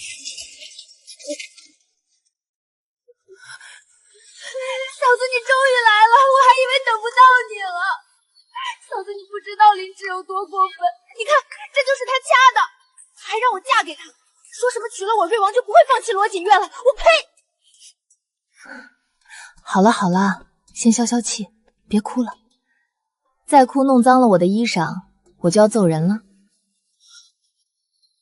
差不多得了，你嫂子为了找你走了一路了。哦，把他捆了，带走。林志那个废物，该不会失手了吧？主子，成了！快喊上人随我去！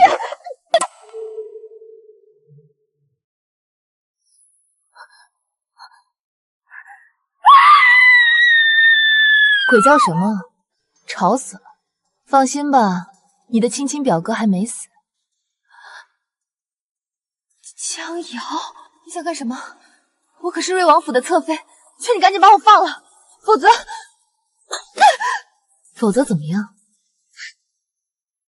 你觉得瑞王若是知道你和林志同处一个屋子，会怎样？你不是想毁了明荣的声誉，好让她不得不嫁给林志，成全你在瑞王眼中的价值？既然你们都知道了，那还有什么好说的？明荣，你不是一向最喜欢他吗？我不过是在成全你。那是我蠢笨眼瞎，从知道你俩眉来眼去算计我开始就不喜欢他了。倒想问问你，我与你从小一块长大，既是姐妹亦是亲人，你为何缠着我不放？因为你蠢。江瑶，你与他此前不是有割予吗？你为何还要护着他？你能帮他，为何不能帮我？只要你睁一只眼闭一只眼，我想要的就得到了。因为他虽嘴坏，但心不坏，而你恰恰相反，心坏还毒。你总是在算计对你好的人，而对你坏的人，你却没有勇气去对抗。可我能怎么办？我想要的总是得不到。每当我觉得日子好过了，总是有一双手重新将我拖入深渊。我也希望有个爱我、疼我、为我做打算、攒嫁妆的母亲。我也想要像你一样无所畏惧、灿烂的活着，可我就是做不到，我不配，老天爷就是待我这般不公。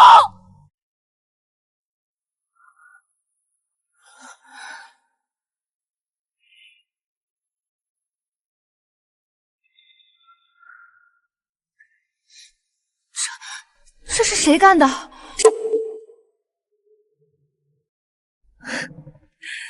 除了瑞王还能是谁？他既恨我当众令他失了颜面，又知晓裴罗两家近乎断绝关系，便将气撒在我身上。瑞王打你骂你，你为什么不去恨他？鸾华公主利用你，却不给你庇护，害你被报复，你为什么不去恨他？你父兄窝囊，一个细气，一个烂赌，令你们姐妹只能拿嫁妆去填补窟窿，你为什么不去恨他们？他们都是造成你今日惨状的罪魁祸首，你为什么不去恨他们？因为你不敢吗？你的刀子只敢对准对你好的人，却不敢对准伤害你的人。那你活该一辈子成为他们的血包，活该活成这样。该死的不是我们，是那些将你拖回深渊的魔鬼。你干什么？这些东西足以证明你的身份，今后便在我手上。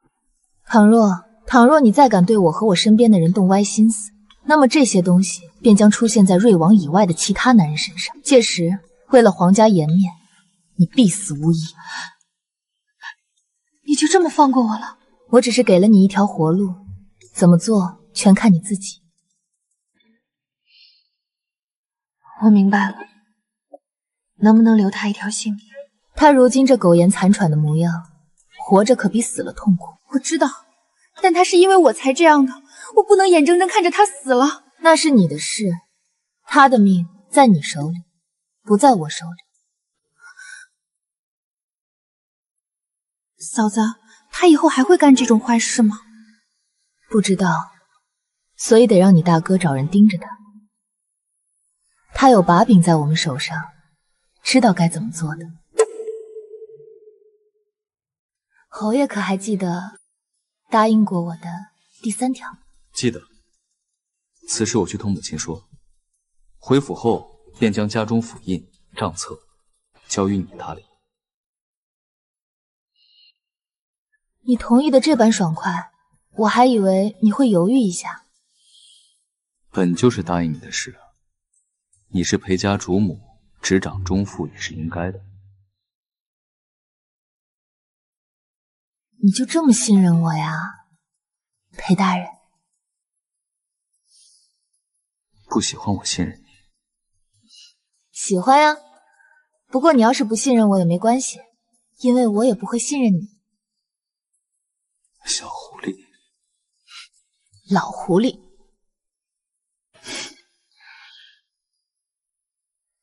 母亲，我要府印。你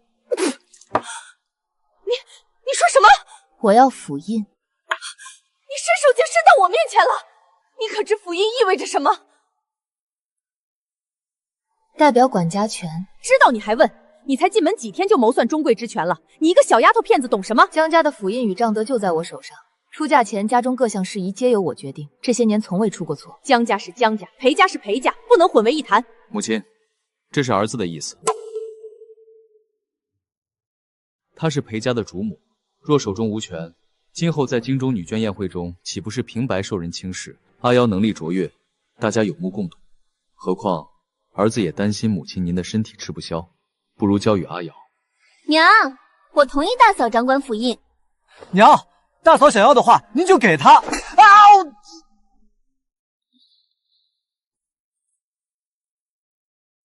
老三家的，你有意见？娘，大哥大嫂，不是我事多，只是这样岂不是不公平？怎么不公平？大嫂毕竟嫁进咱家不久，对府内上下都还不熟悉，万一出了岔子，岂不是让人看了笑话？所以你也想要府印？我不是这个意思。是就是，不是就不是，扭扭捏捏的像什么样子？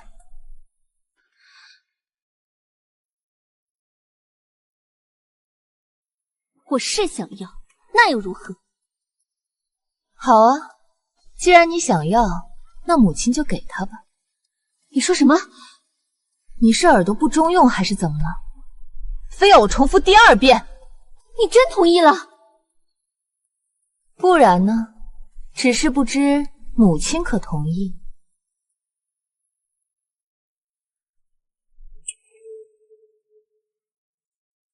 母亲，您觉得阿尤年纪小，不担事，不如府印给3弟妹，库房钥匙给阿尤。既然你们都瞧不上我这个老婆子，周妈妈，去将府印与库房钥匙取来。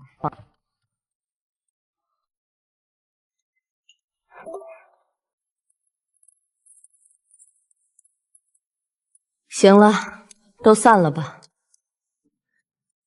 该干嘛干嘛去。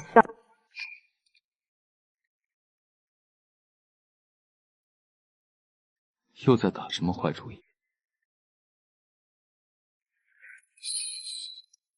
佛曰不可说，锦上添花哪有雪中送炭来的记忆犹新，令人心服。子珊，这段日子多注意一下罗浮流那边。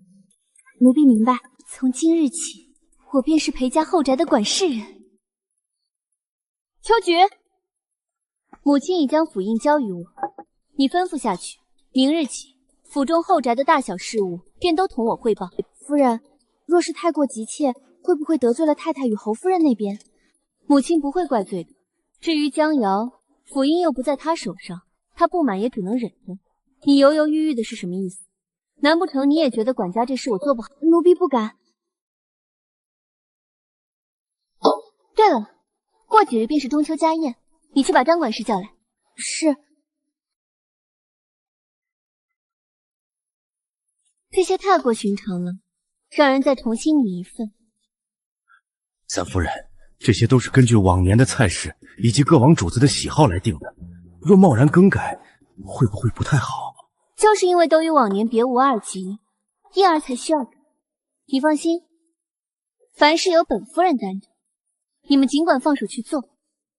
今年的家宴，我定要让人刮目相看。母亲，今日的家宴菜可是儿媳费了老大心思定的，保管让您满意。哦，还有这事儿？儿媳可是短时间内命人搜罗了各地有名的菜式，您就当尝尝鲜了。各地？大嫂放心吧，自然也有你们金陵菜，我可不会厚此薄彼。上菜。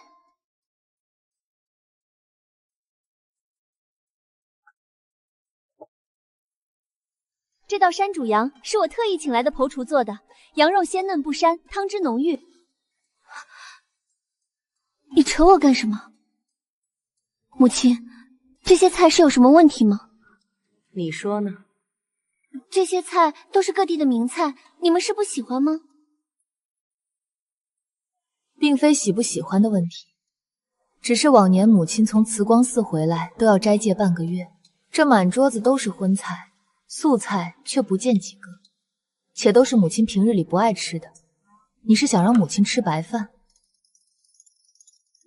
娇娘怀着身孕，口味喜酸，但泻寒凉，你是存心的吗？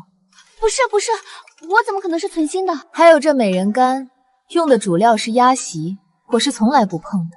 这件事，厨房的人都知道。母亲，您不说句？老三家的，你可知错？母亲，都是儿媳的错，可如今换也来不及了，该如何是好？侯爷、太太几位主子，前阵子三夫人说要换菜式时，老奴便觉不妥，后经侯夫人提点，便多备了几道菜。你早就知道会出这样的事，所以防着我。不然呢？亏我还以为你懂事了，没想到还是如此不靠谱。府印在你手里，简直是浪费。江瑶，今日你做得很好，这府印不如一并给了你。不了，弟妹喜欢就给她吧，只是希望这样的事可莫要再发生。哼，罗氏是疯了还是大房没人了？竟让老三家的媳妇儿管家。那江氏一看就不是个省心的，等着吧，大房没几天安生日子。去，让汪管家来一趟。媳妇儿啊，别盯了，再盯这印子也开不出花来。不帮衬我就算了，还在这说风凉话。我想帮也帮不了啊，不如我去求求娘，让她将府印收回去，或者你送去给大嫂，她聪明，肯定有主意。你是说我不聪明？媳妇儿啊，人要有自知之明，咱俩几斤几两，你不知道，我想帮也帮不了啊。不如我去求求娘，让她将府印收回去。哼，他们瞧不起我，我偏要让他们刮目相看。秋菊，去将账册拿来。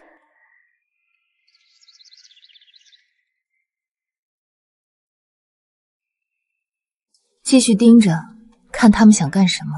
是，夫人。你说什么？要亏损上万两？三夫人，自去年开始，新米涨价，酒方成本增加，售出它的酒水价钱却不变。今年庄稼收成不好，新米价更高，若是不采取措施，怕是会亏损得更厉害。你是酒方的管事，你可有法子？小的的确有个法子。有法子就赶紧说。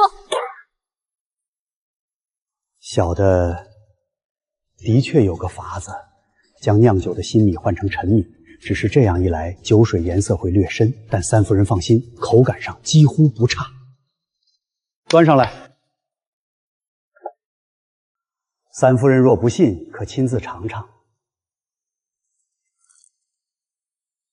果真如此，味道一点没变，那就照你的法子去做，将往年新米换成陈米。是。三夫人放心，小的一定将此事办妥。夫人，瑞王府出事了。瑞王近日宠爱的侍妾有2个月的身孕，但前几日小产了，据说是误食了加了滑胎药的燕窝，加上请安时被瑞王妃刁难，惊惧下便小产了。不仅如此，还在王妃赏的如意枕里发现了避孕药药材，大家都说是瑞王妃故意害侍妾小产呢。夫人，人已经抓到了。把人带上，随我去母亲那儿。你说什么？谁被谁的人抓了？是曲管事，被侯爷身边的实权给抓了。三夫人，太太请您去一趟。给我跪下！罗夫勋，你私自更改酒方，将新米改成陈米，你好大的胆子！母亲，事急从权，我也是想等解决了这个坎，再与您汇报的。汇报？我看是邀功吧。谁说酒方亏损了？许如正啊，他是酒方的管事，对酒方的情况再清楚不过。他说你就信？你的脑子被狗吃了！我亲眼看过账本，否则我也不会信。你能保证你看的就是真账本？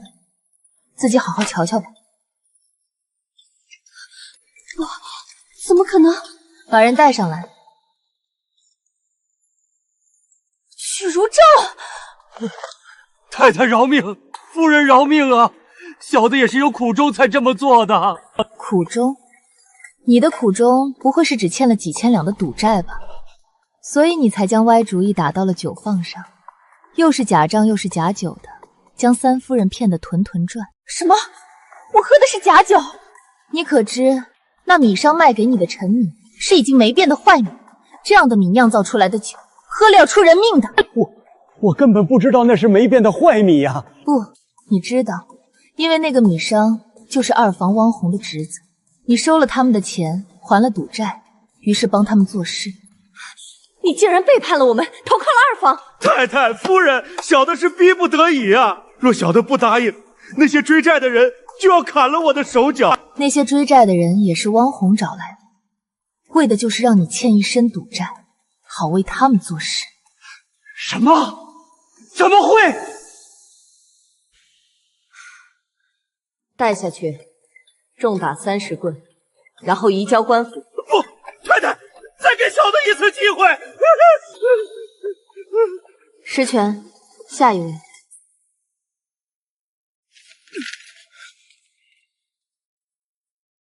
大太太，我可是二房的人，你们这样随便把我捆来，老夫人若是知道了，怕是会怪罪于你们。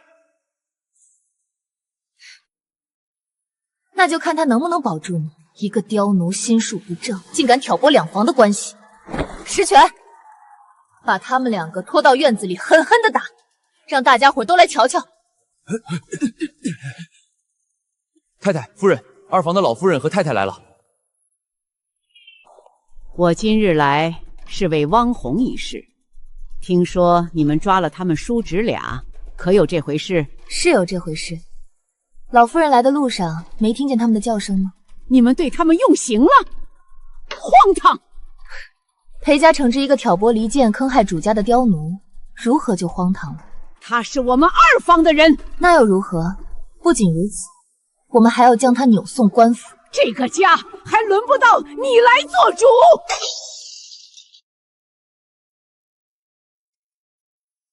抱歉，手滑了。母亲，从今往后，内宅大小事项便由我做主，您同意吗？同意。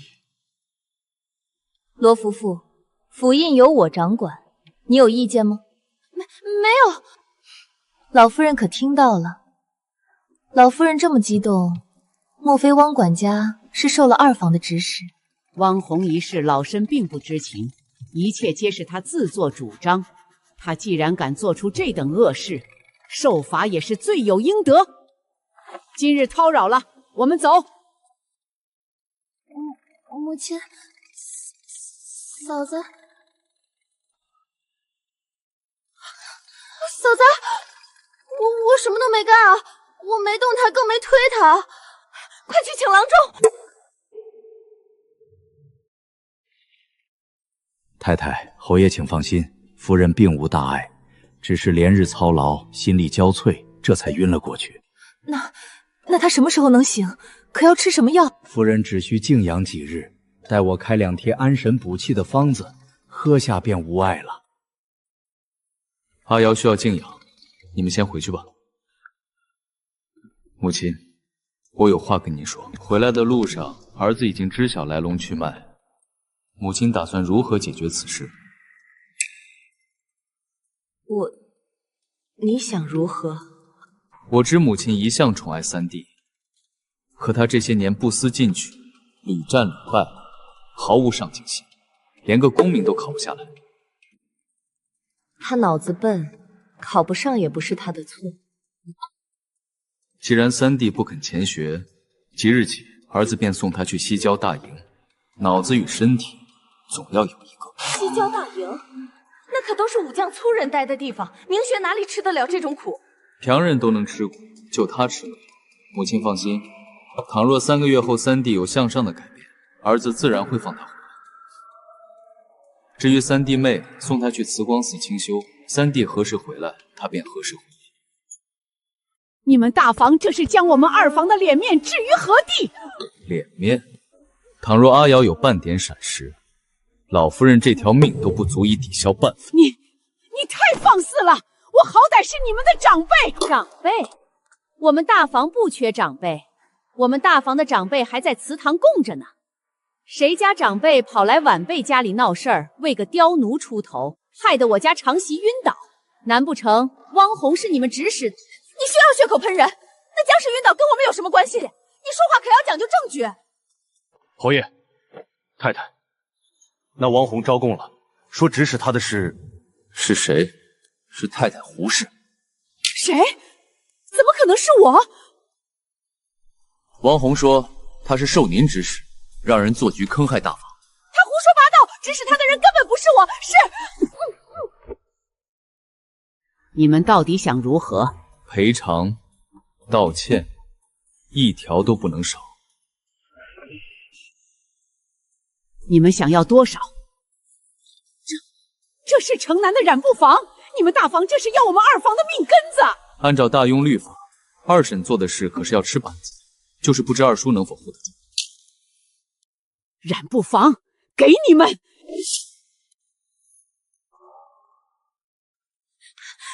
慌慌张张的做什么？夫人，求夫人救救奴婢。你叫什么名字？发生了何事？奴婢名唤冬雪，是负责洒扫的丫头。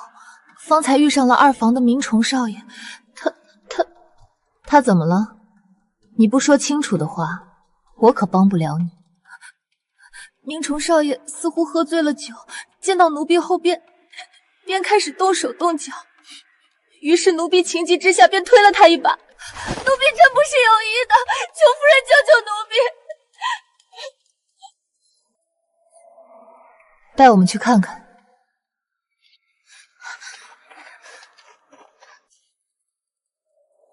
夫人还有气，将他弄醒。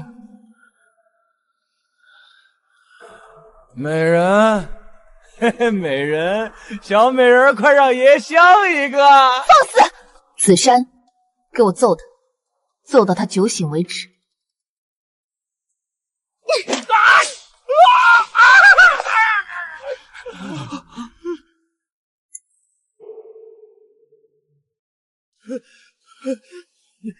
你是谁？竟然对我动手！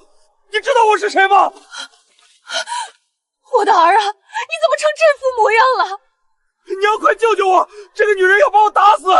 江瑶，你快放了她！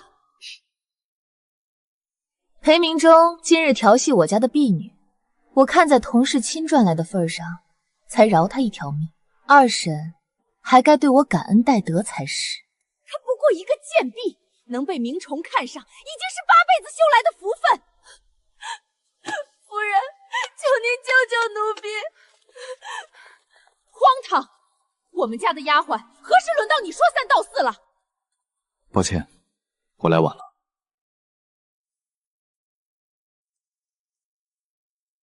按家规，他须受鞭笞100下。100下，那会出人命的。那便分为2次。二叔以为呢？不可啊，老爷，他可是您的亲儿子。当然，若是二叔想要包庇他，我自无话可说。但明日我便会向圣上禀明实情，再请族老们亲自行刑，将他逐出族谱。那就如你所说。二房这下怕是又要记恨我们了，你不担心？担心什么？要记便让他们记。这话何意？还记得明轩的疯马吗？难道是二房的人干的？二叔会以投靠瑞王，明轩回京的消息便是他透露出去的，以此成为投靠瑞王的筹码。他们怎么能这样？明轩可是他们的亲侄子啊！既然二房不顾同族荣损，我又何必顾念同族情分？太太，二房那边闹起来了，怎么回事？昨夜二夫人连夜回了娘家，今晨回来便说要与二老爷和离，二老爷不同意，两人争执之际，二夫太撞在桌角上，额头破了好大一个口。胡家得知消息后，将二太太与明崇上爷接了回去。胡老太爷更是递了帖子进宫面圣，圣上罢了二老爷的官，勒令其在家思过3月。我记得胡氏家中就她一个独女，她竟还敢动人家。眼下老夫人想请您和夫人还有侯爷前去坐坐，是想请明叔进宫求情吧？他们把我们当什么了？去回了他们，就说没什么好见的。夫人，奴婢有件很重要的事想向您禀报。说吧，什么事？奴婢无意中捡到了此物。这是酒石，俗称赤铁石。此物你从何处得来？此物是奴婢在家中后山捡到的。当时奴婢给我爹的坟清完杂草，正准备下山，却听见有车轱辘声。奴婢感到奇怪，便藏了起来。然后呢？然后便见一群人推着几辆牛车往山里去了。那车上装的都是这样的石块。等他们走后，奴婢便将他们掉落在地的石块捡了起来，匆匆下了山。那群人的样貌，你可有看清？没有，他们蒙着面，手上还拿着刀。哦，为首的那人，他腰间有一枚令牌，方形的，中间好像刻了一只金鸟。此事关系甚大，任何人不得泄露，否则你性命难保。奴婢明白。你心细如伐，今后便身为2等丫鬟，到遂安居做事，你可愿意？奴婢愿意。下去吧。多谢夫人，多谢侯爷。如果工部近日并无登记在册的铁矿，那这极有可能已被私人占有。你要管这件事吗？我是大幽臣子，更是大幽百姓。倘若那山中真有铁矿，被私人占有，私铸兵器，那京城危矣。只是在未知晓背后之人的身份前，不能轻举妄动，所以需从那枚令牌查起。侯爷，夫人，不好了！太太突然头疼的厉害，已经昏过去了。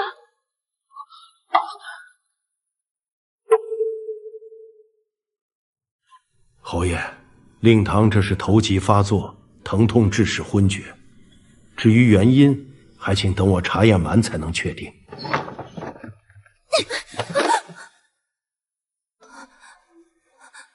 侯爷夫人，方才奴婢带人盘查时，发现这人鬼鬼祟祟的想从后门出去，甚是可疑。这是从他身上搜查出来的，不知会何物。烦请姑娘将此物给老朽过目。此乃风须草，产自西域雪山深处，对驱疼止痛确有奇效，但有很大后遗症。将风须草加在安神香中，能极大缓解头疼，但绝不可日日用。一旦停药，便会病情复发，极大的损伤身体，得不偿失。若不断药呢？后果如何？治标不治本，身体积了过多病灶不疏解，同样有爆发的一日，到那时怕是性命堪忧。梅香，太太待你不薄，你为何要害她？你叫梅香，事到如今从实招来吧，否则报官了也得雷及你家人。是罗家，你身子重，回去歇着吧。等找出害您的凶手，我就回去。母亲为何一口笃定是罗家？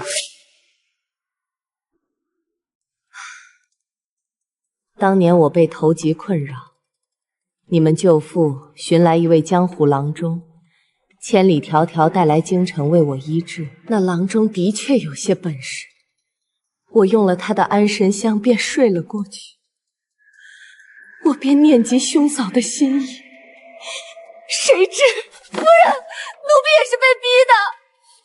奴婢的妹妹在罗家做事，若奴婢不按她说的做，便将奴婢的妹妹卖去花楼。来人，将她拖下去，依规处置。又是二房，早该想到，以罗家的能力，哪能寻来什么像样的郎中？更少论长在西域深处的风须草，是我疏忽大意，害了母亲。害母亲的不是你，是那江湖骗子，是狼心狗肺的罗家，是罪大恶极的二房，与你有什么关系？有时我也不明白，祖父为何偏偏选我在身边教育。若他要求二房成绝，我是不会同他们争的。我不允许你这么想，为什么不争？就要争。二房可以成绝，大房凭什么不可以？你凭什么不可以？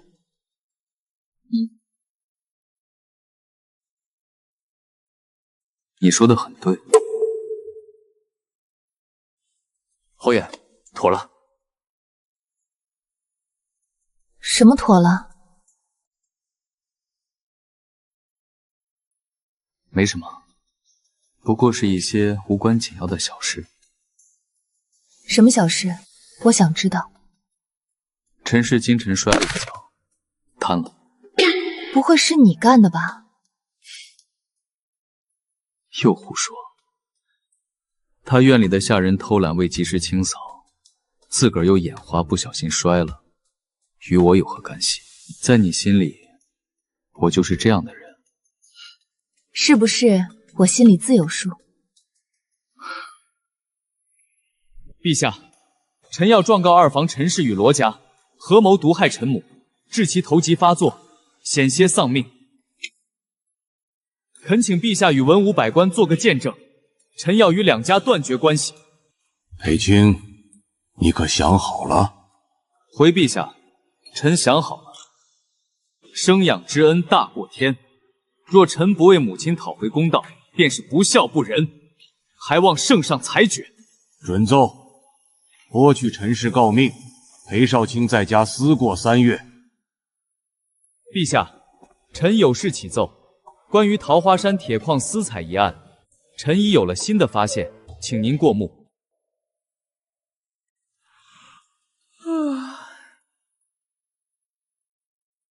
算算日子，明熙快回来了吧？他走时说是半月，应该这2日就回来了。我差了人在城门口守着，若有消息，会第一时间送回。还是你做事妥帖。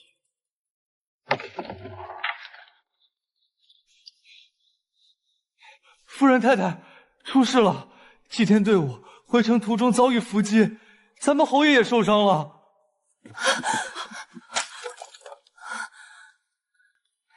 你先别激动，听听具体怎么说。传信的人说，刺客冲着太子殿下去的，咱们侯爷为保护太子殿下才受伤的。夫人太太放心，传信说侯爷性命无忧，已经在回城途中了。7日内伤口不可沾水，右臂不可随意摆动。明日微晨再来给您换药。麻烦了。还有，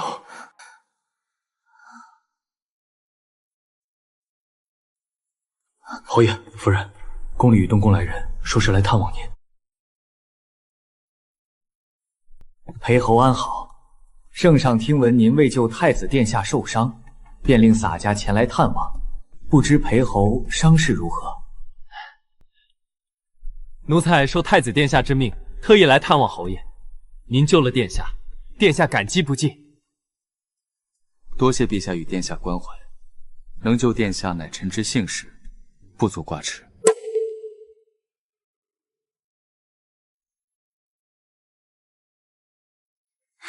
夫人，咱们舅老爷来了。谁？舅老爷，三舅老爷，他来京城了。舅舅在哪儿？快带我去！我随你一同去。舅舅，瑶儿，您来怎么也不说一声？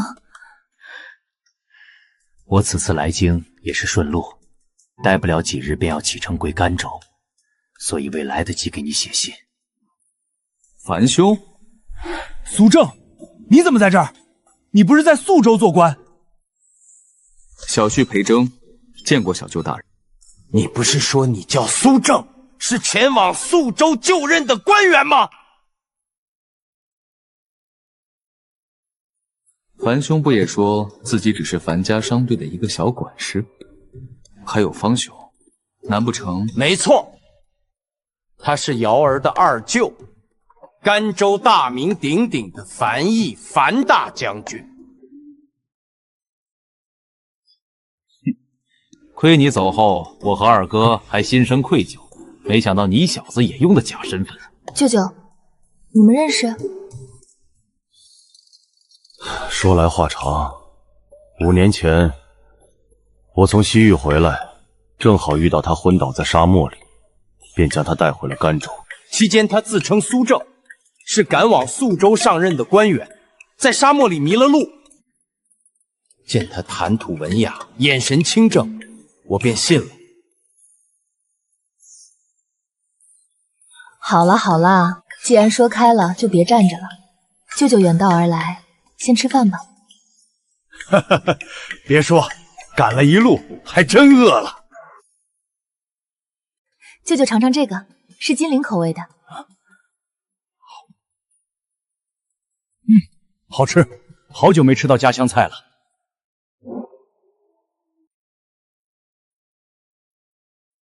我此番来京城，还有件事想亲口告诉你。舅舅，你说。这些年大庸与容忍摩擦不断，今年开春后更是肆无忌惮。你二舅本想写信同你说，但怕书信被拦截，所以托我同你说一声。这几月朝堂上因是否派兵攻打容人而争得不可开交，至今没有结果。对了，那个刺客有结果了吗？圣上夺去了庄家国公之位，将庄国公打入了大牢。庄家干的？你确定？圣上信了？人证物证俱在，庄国公也承认了是他一手策划，与旁人无关。那瑞王呢？瑞王禁足府中，免去朝中事务，没有诏令，任何人不得进出。这不是囚禁，是保护吧？圣上对瑞王真是父子情深。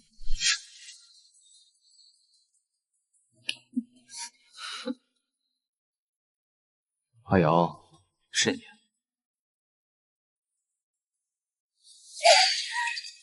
摔，你只管摔，最好把这儿所有的东西都摔了。都怪外祖父，好端端做什么要去刺杀太子，这下好了，还连累我们遭人白眼。闭嘴！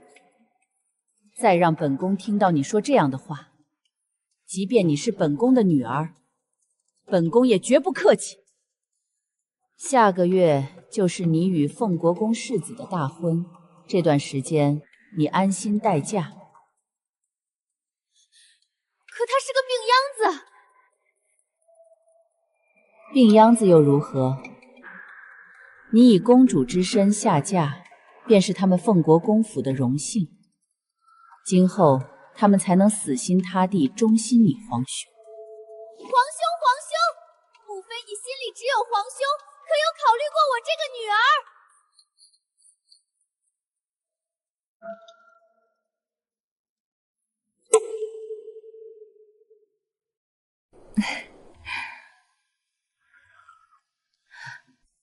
你们可听说了？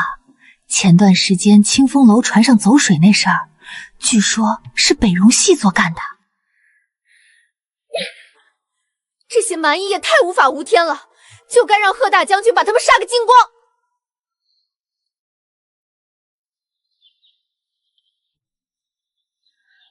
清风楼被贴了封条，说是有窝藏细作、通敌叛国的嫌疑，至少3个月内是没法开业了。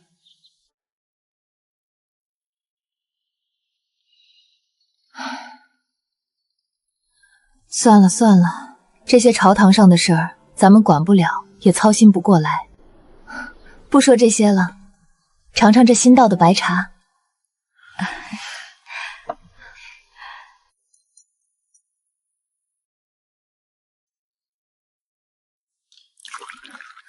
细作抓到了吗？抓到了，顺势捣毁了他们的窝点，揪出了潜藏在朝中的细作。那是不是该恭喜你又立大功？圣上可有嘉奖你，给你升官？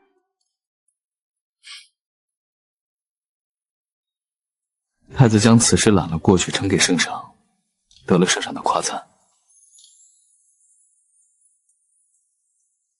不过圣上给了我一座新宅子和几匹天蚕锦，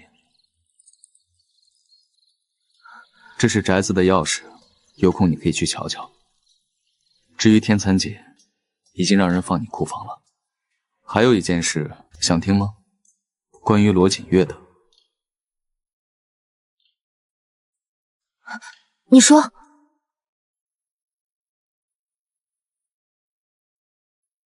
罗锦月怀孕了，但似乎瞒着瑞王。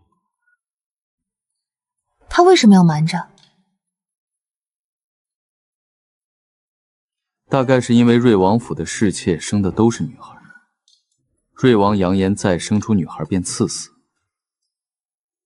结果瑞王怀疑她与侍妾小产一事有关，恼怒之下推了她一把，孩子没了。不提这些糟心事了，有个好消息想听吗？什么好消息？大雍大获全胜，你二舅舅要班师回朝了。真的？那太好了！不出意外，这次回朝领头的便是二舅舅。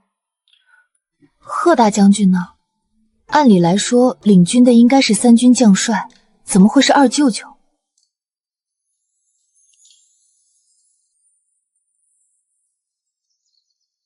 贺大将军年事已高，身有旧疾，不愿奔波。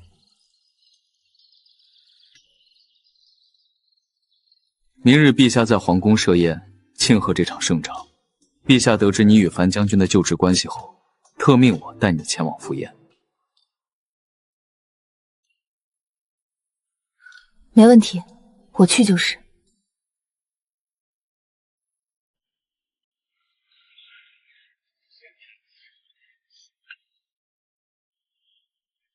你就是樊策那孩子的外甥女江瑶吧？贺老夫人，你认得我？虽不认得，但对您有所耳闻。你舅舅救了我家那口子，按理我该向你们道谢。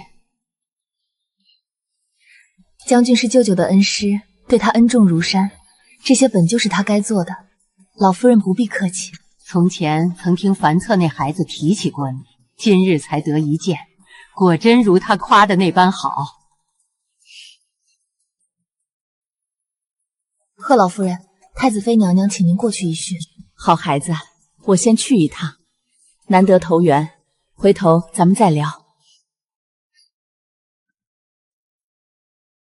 别以为你舅舅被封了个什么将军，就以为自己有了靠山，不过是个上不得台面的泥腿子罢了。公主很嫉妒吧？可惜你舅舅是个废物。你放肆！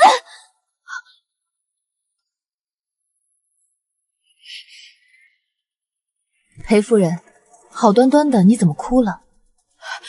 江丫头，你这是怎么了？是不是受欺负了？罢了，还是算了。裴夫人但说平房，若有委屈，本宫与太子妃为你做主。也没什么。只是方才鸾华公主说我舅舅打了胜仗，封了将军又如何？还不是上不得台面的泥腿子。泥腿子？原来我们家老贺在鸾华公主眼里，竟只是个上不得台面的泥腿子。贺老夫人误会了，贺老将军德高望重，本宫绝无此意。那公主是何意？照公主的意思，边关数千万将士都是上不得台面的泥腿子了。你是鸾华公主，我们是不比公主金枝玉叶尊贵，可也是大雍的百姓。既然我们都是泥腿子，做事还要办宴会请我们来，还请公主与太子妃给我们一个交代。哼，我看还是算了。既然不欢迎我们这些泥腿子的妻女，我们不如回去。老夫人误会了，鸾华，你身为公主，受百姓供养，可你竟在这普天同庆的日子里，说出如此令人寒心的话。皇姐对你太失望了，还不快向诸位夫人道歉！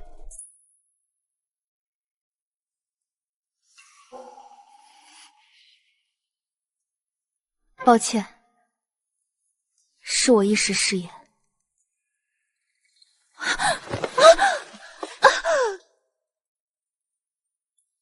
地上凉，公主还是起来吧。江瑶，一定是你办了我，是不是你？公主冤枉，臣妇方才并未挪动，如何伴您摔倒？受千夫所指的滋味如何，公主殿下？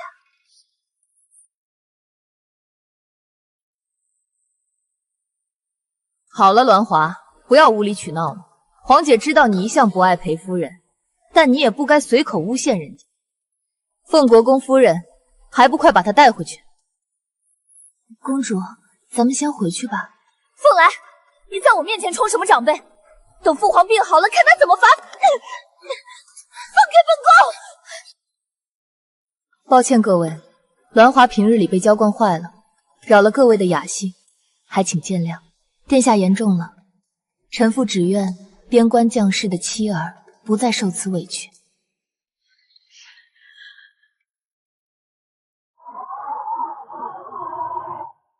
你们那儿出什么事了？栾华公主挑衅我，反被我当众羞辱，最后被宫人强行带走了。她没伤到你吧？没有，倒是她离开时被我踩了裙摆，在地上摔了个狗趴屎。是我连累你了。看你胡子都长出来了，朝中很多事吗？这雪下的这么大，也不知道会不会封路。二舅舅他们什么时候才能抵京？他们行军有经验，应该早早找个地方扎营。侯爷，宫里来报，圣上昏迷了。什么？我去一趟，你先回去。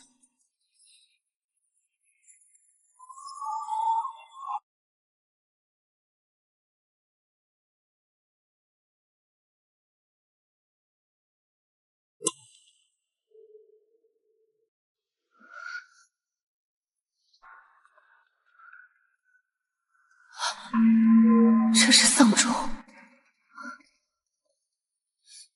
紫珊，夫人有何吩咐？吩咐下去，将府里带红色的绸布灯笼换下，换上素布。从今日起，所有人不得穿鲜艳衣裳，不得戴首饰。这怎么如此突然？不是说还好着吗？母亲，您头上的顶簪太过显眼，需要取下。我这右眼皮总是跳个不停，明叔不会有事吧？母亲，相信明叔，朝堂之事我们帮不上什么忙，眼下要紧的是不给他添乱，配合他。怎么还没睡？担心你睡不着。到底发生什么事了？太医诊断说是因为过量服用丹药中毒而亡。中毒？我赶到时，瑞王与庄贵妃说是那些道士害死了先帝，要将他们就地问斩。太子怀疑有人指使那些道士下毒，要求留下他们的命进行彻查。那最后结果呢？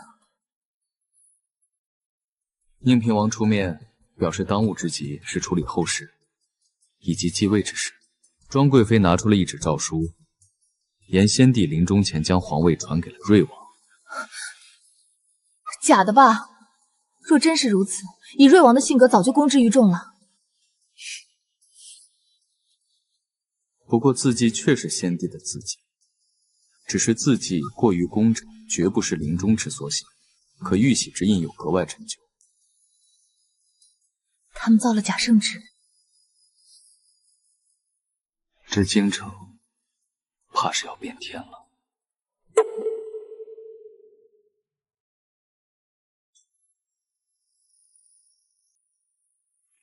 快救火！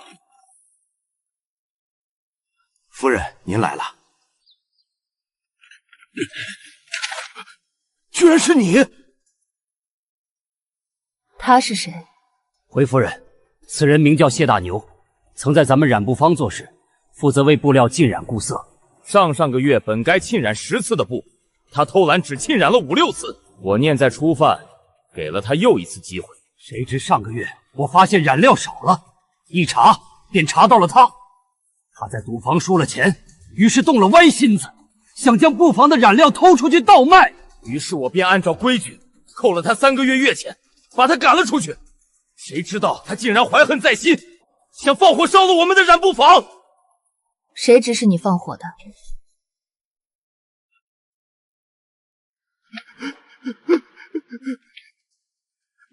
没有人指使，是我一时鬼迷心窍，求夫人大人有大量，饶过小的这一次。仅仅就是记恨管事将你除名，你就敢放火烧布坊？你有这样的胆子，怎么不去偷不去抢？既然不说，那就带去衙门审问，是死是活，全看背后指使你的人想不想灭口了。夫人饶命！我说，有人给了我500两银子，让我这么干的。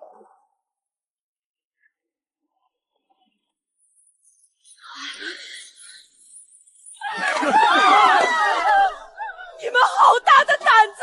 你们可知我儿子是谁？夫人，不是玉卫军，好像另有其人。陈叔，停车。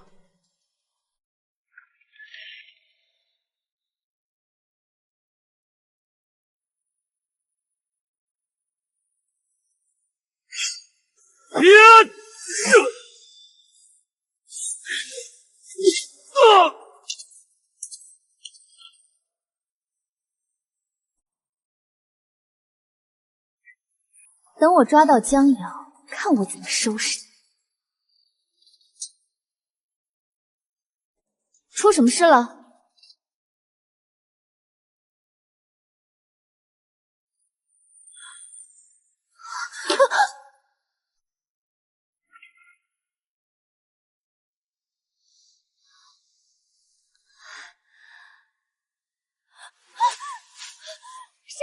是谁将本宫掳到这儿？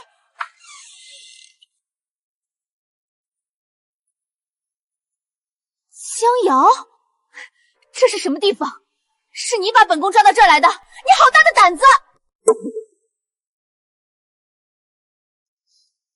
我胆子是很大，可若不是你想抓走我，你又怎么会出现在这儿？我只不过是以其人之道还治其人之身罢了。你都知道了，是又如何？能得本宫亲自设计抓你是你的荣幸。荣幸？那你就尝尝荣幸的滋味。你敢打我？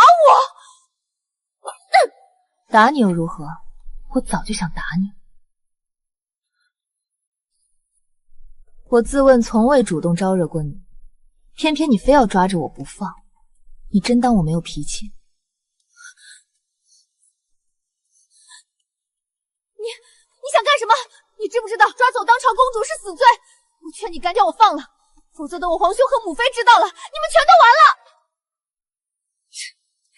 你出来有人知道吗？你的母妃和皇兄知道吗？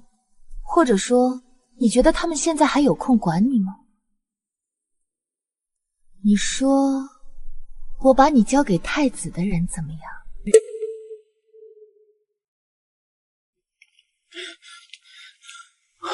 你怎么在这儿？裴征呢？夫人放心，主子暂时无事。主子命属下前来护送您和各位主子出城。我刚从外头回来，见御林军统领庞奎带人闯入李御史家中，带走了他一家老小，是和这事儿有关。庄贵妃拿出的圣旨是假的，被拆穿后，瑞王集结人马包围了东宫，双方正厮杀。主子得知庞奎已得了瑞王吩咐，带人正朝咱们这儿来。李御史一家人呢？李御史宁死不屈，撞柱而亡。瑞王恼羞成怒，让人将他的家眷都杀了。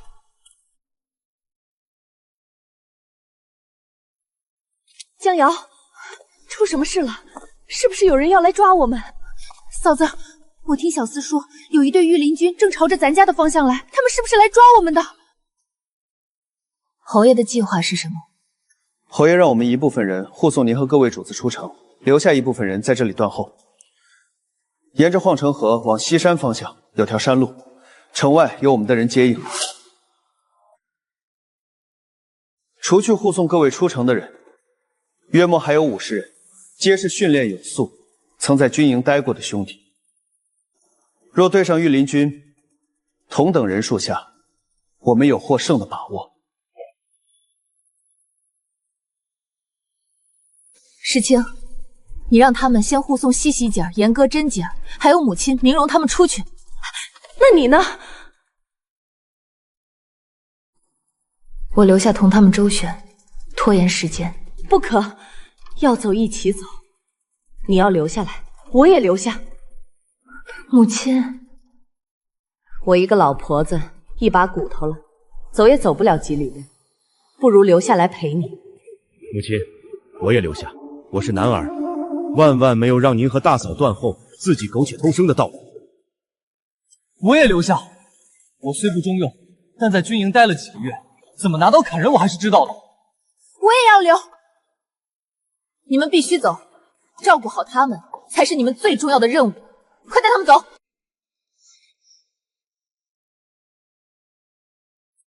侯爷说了，属下的职责是誓死保护好你。不好了，夫人，御卫军把咱们围了起来。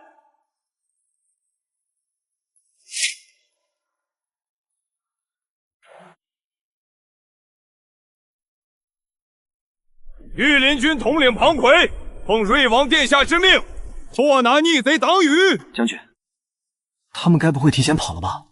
不可能，城门重兵把守，他们插翅难逃，定是缩在里头不敢出来。本将知道你们都在里面，若不想吃苦头，就主动开门，否则休怪本将砸了这门。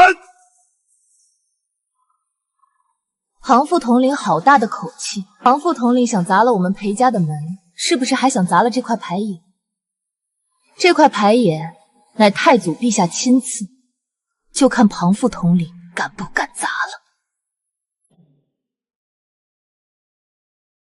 太祖陛下所赐，本将自然不敢动。裴夫人还是乖乖随本将走吧，免得本将亲自动手。为了这满园的花草。若我不呢？若裴夫人抗旨不遵，敬酒不吃吃罚酒，那就休怪本将亲自捉人了。抗旨？先帝并未传位于瑞王，他眼下仍是亲王，何来抗旨一说？庞副统领说我们裴家是逆贼，那就拿出证据，否则就是空口白牙诬陷。将军，别跟他们废话，直接冲进去抓人！放肆！我们裴家岂是你们说闯就能闯的？你们裴府竟敢袭击御林军，果然包藏祸心！不过是我们府上请来修缮屋子的工匠，略懂些拳脚功夫罢了。至于你们，听信逆王之言，私自动兵围剿朝臣家眷，才是包藏祸心。裴夫人想拖延时间，可惜本将没空陪你们闲闹。庞副统领动手前，不妨先看看这是谁。紫苏，把人带上来。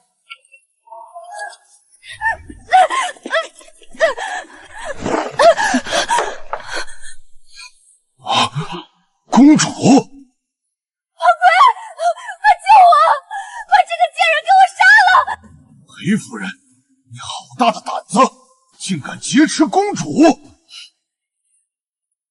让你的人退开，放我们出城，否则公主殿下的安危，我可不敢保证。你这是在威胁朝廷命官！威胁？庞副统领带围困朝廷命官府邸，又算什么？庞奎，你别听他的，给我杀进去！若公主命令你，我倒要看看，是你们的人先踏进这扇门，还是这位公主先命丧黄泉？让他们退下，不然我先割下你的耳朵，或者划烂你的脸。庞奎，你们都给本宫退后，听到没有？将军，我们该怎么办？进还是退？自然是进。殿下说了，不计一切代价将人带回去。可公主殿下在他们手里，那可是鸾华公主。庞副统领，你别忘了，她可是瑞王殿下的亲妹妹，是庄贵妃最疼爱的女儿。她死了，你觉得你和你的这些兄弟们会有好果子吃吗？或许瑞王会狠心牺牲这个妹妹。再退一步来讲，你怎么就能保证明日登上皇位的就一定是你家主子？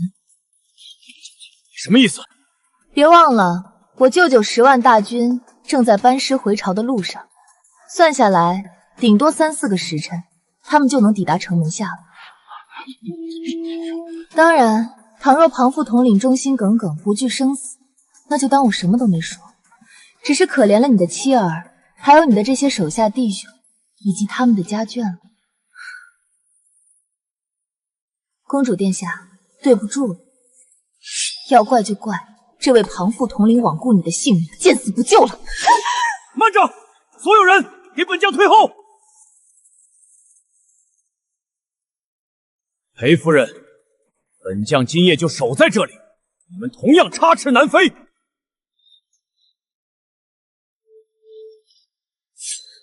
不如我们做个交易。你想交易什么？天亮之际，倘若还未听到你家主子的好消息，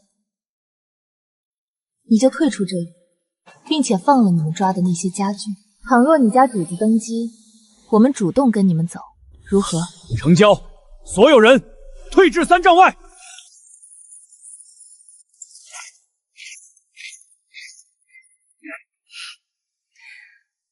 看来你在他们心中的地位不过如此。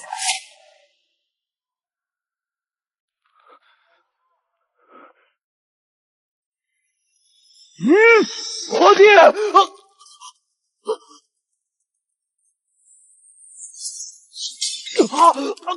太子殿下，臣来晚了。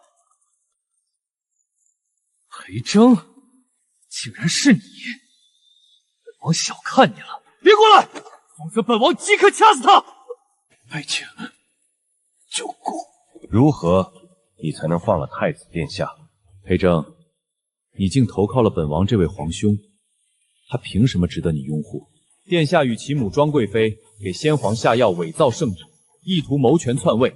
臣身为大雍忠臣，自当诛杀逆贼，护我大雍正统。好一个大雍正统！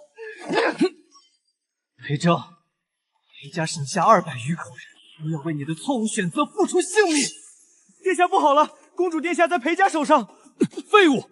告诉庞奎，不用顾及鸾华，不惜一切代价杀了他们。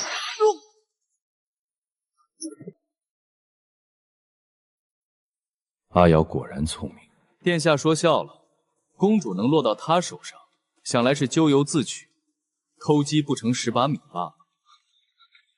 不好了，殿下，赣州军已抵达城门，我们的人坚持不了多久。报，城门已破，樊将军带人朝皇宫来了，我们败了。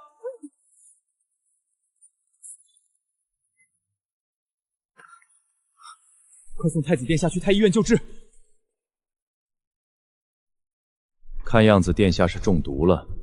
中毒？本王怎么会中毒？不可能！是你给我下了毒！你什么时候下的？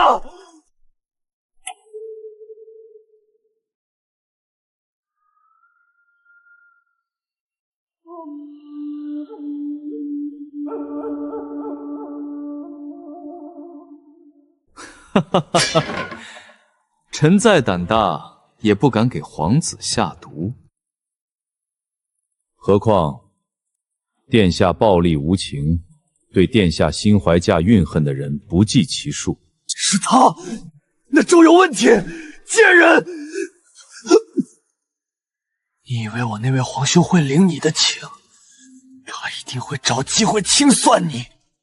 殿下多虑了。不会有那一天的。侯爷，太医说太子殿下失血过多，危在旦夕，让他们全力救治。太子殿下宽厚待人，不会怪罪他们的。真是好算计啊！若运气好，太子可保一命，只是今后必然身体虚弱；若运气不好，太子过不了多久便会丧命，皇位只能由年幼的皇孙继承。传令下去，逆王已死，让他们束手就擒，否则格杀勿论。尊王已死，逆党还不快束手就擒，否则格杀勿论！看来你的主子输了。天亮了，庞副统领还不舍得离开吗？兄弟们，随我诛杀逆党！杀！杀！夫人，他该怎么处置？你的皇兄死了，你要下去陪他吗？本宫不想死，求你饶我一命。放心吧，我不会杀你。把他带下去吧。是侯爷回来了。阿瑶，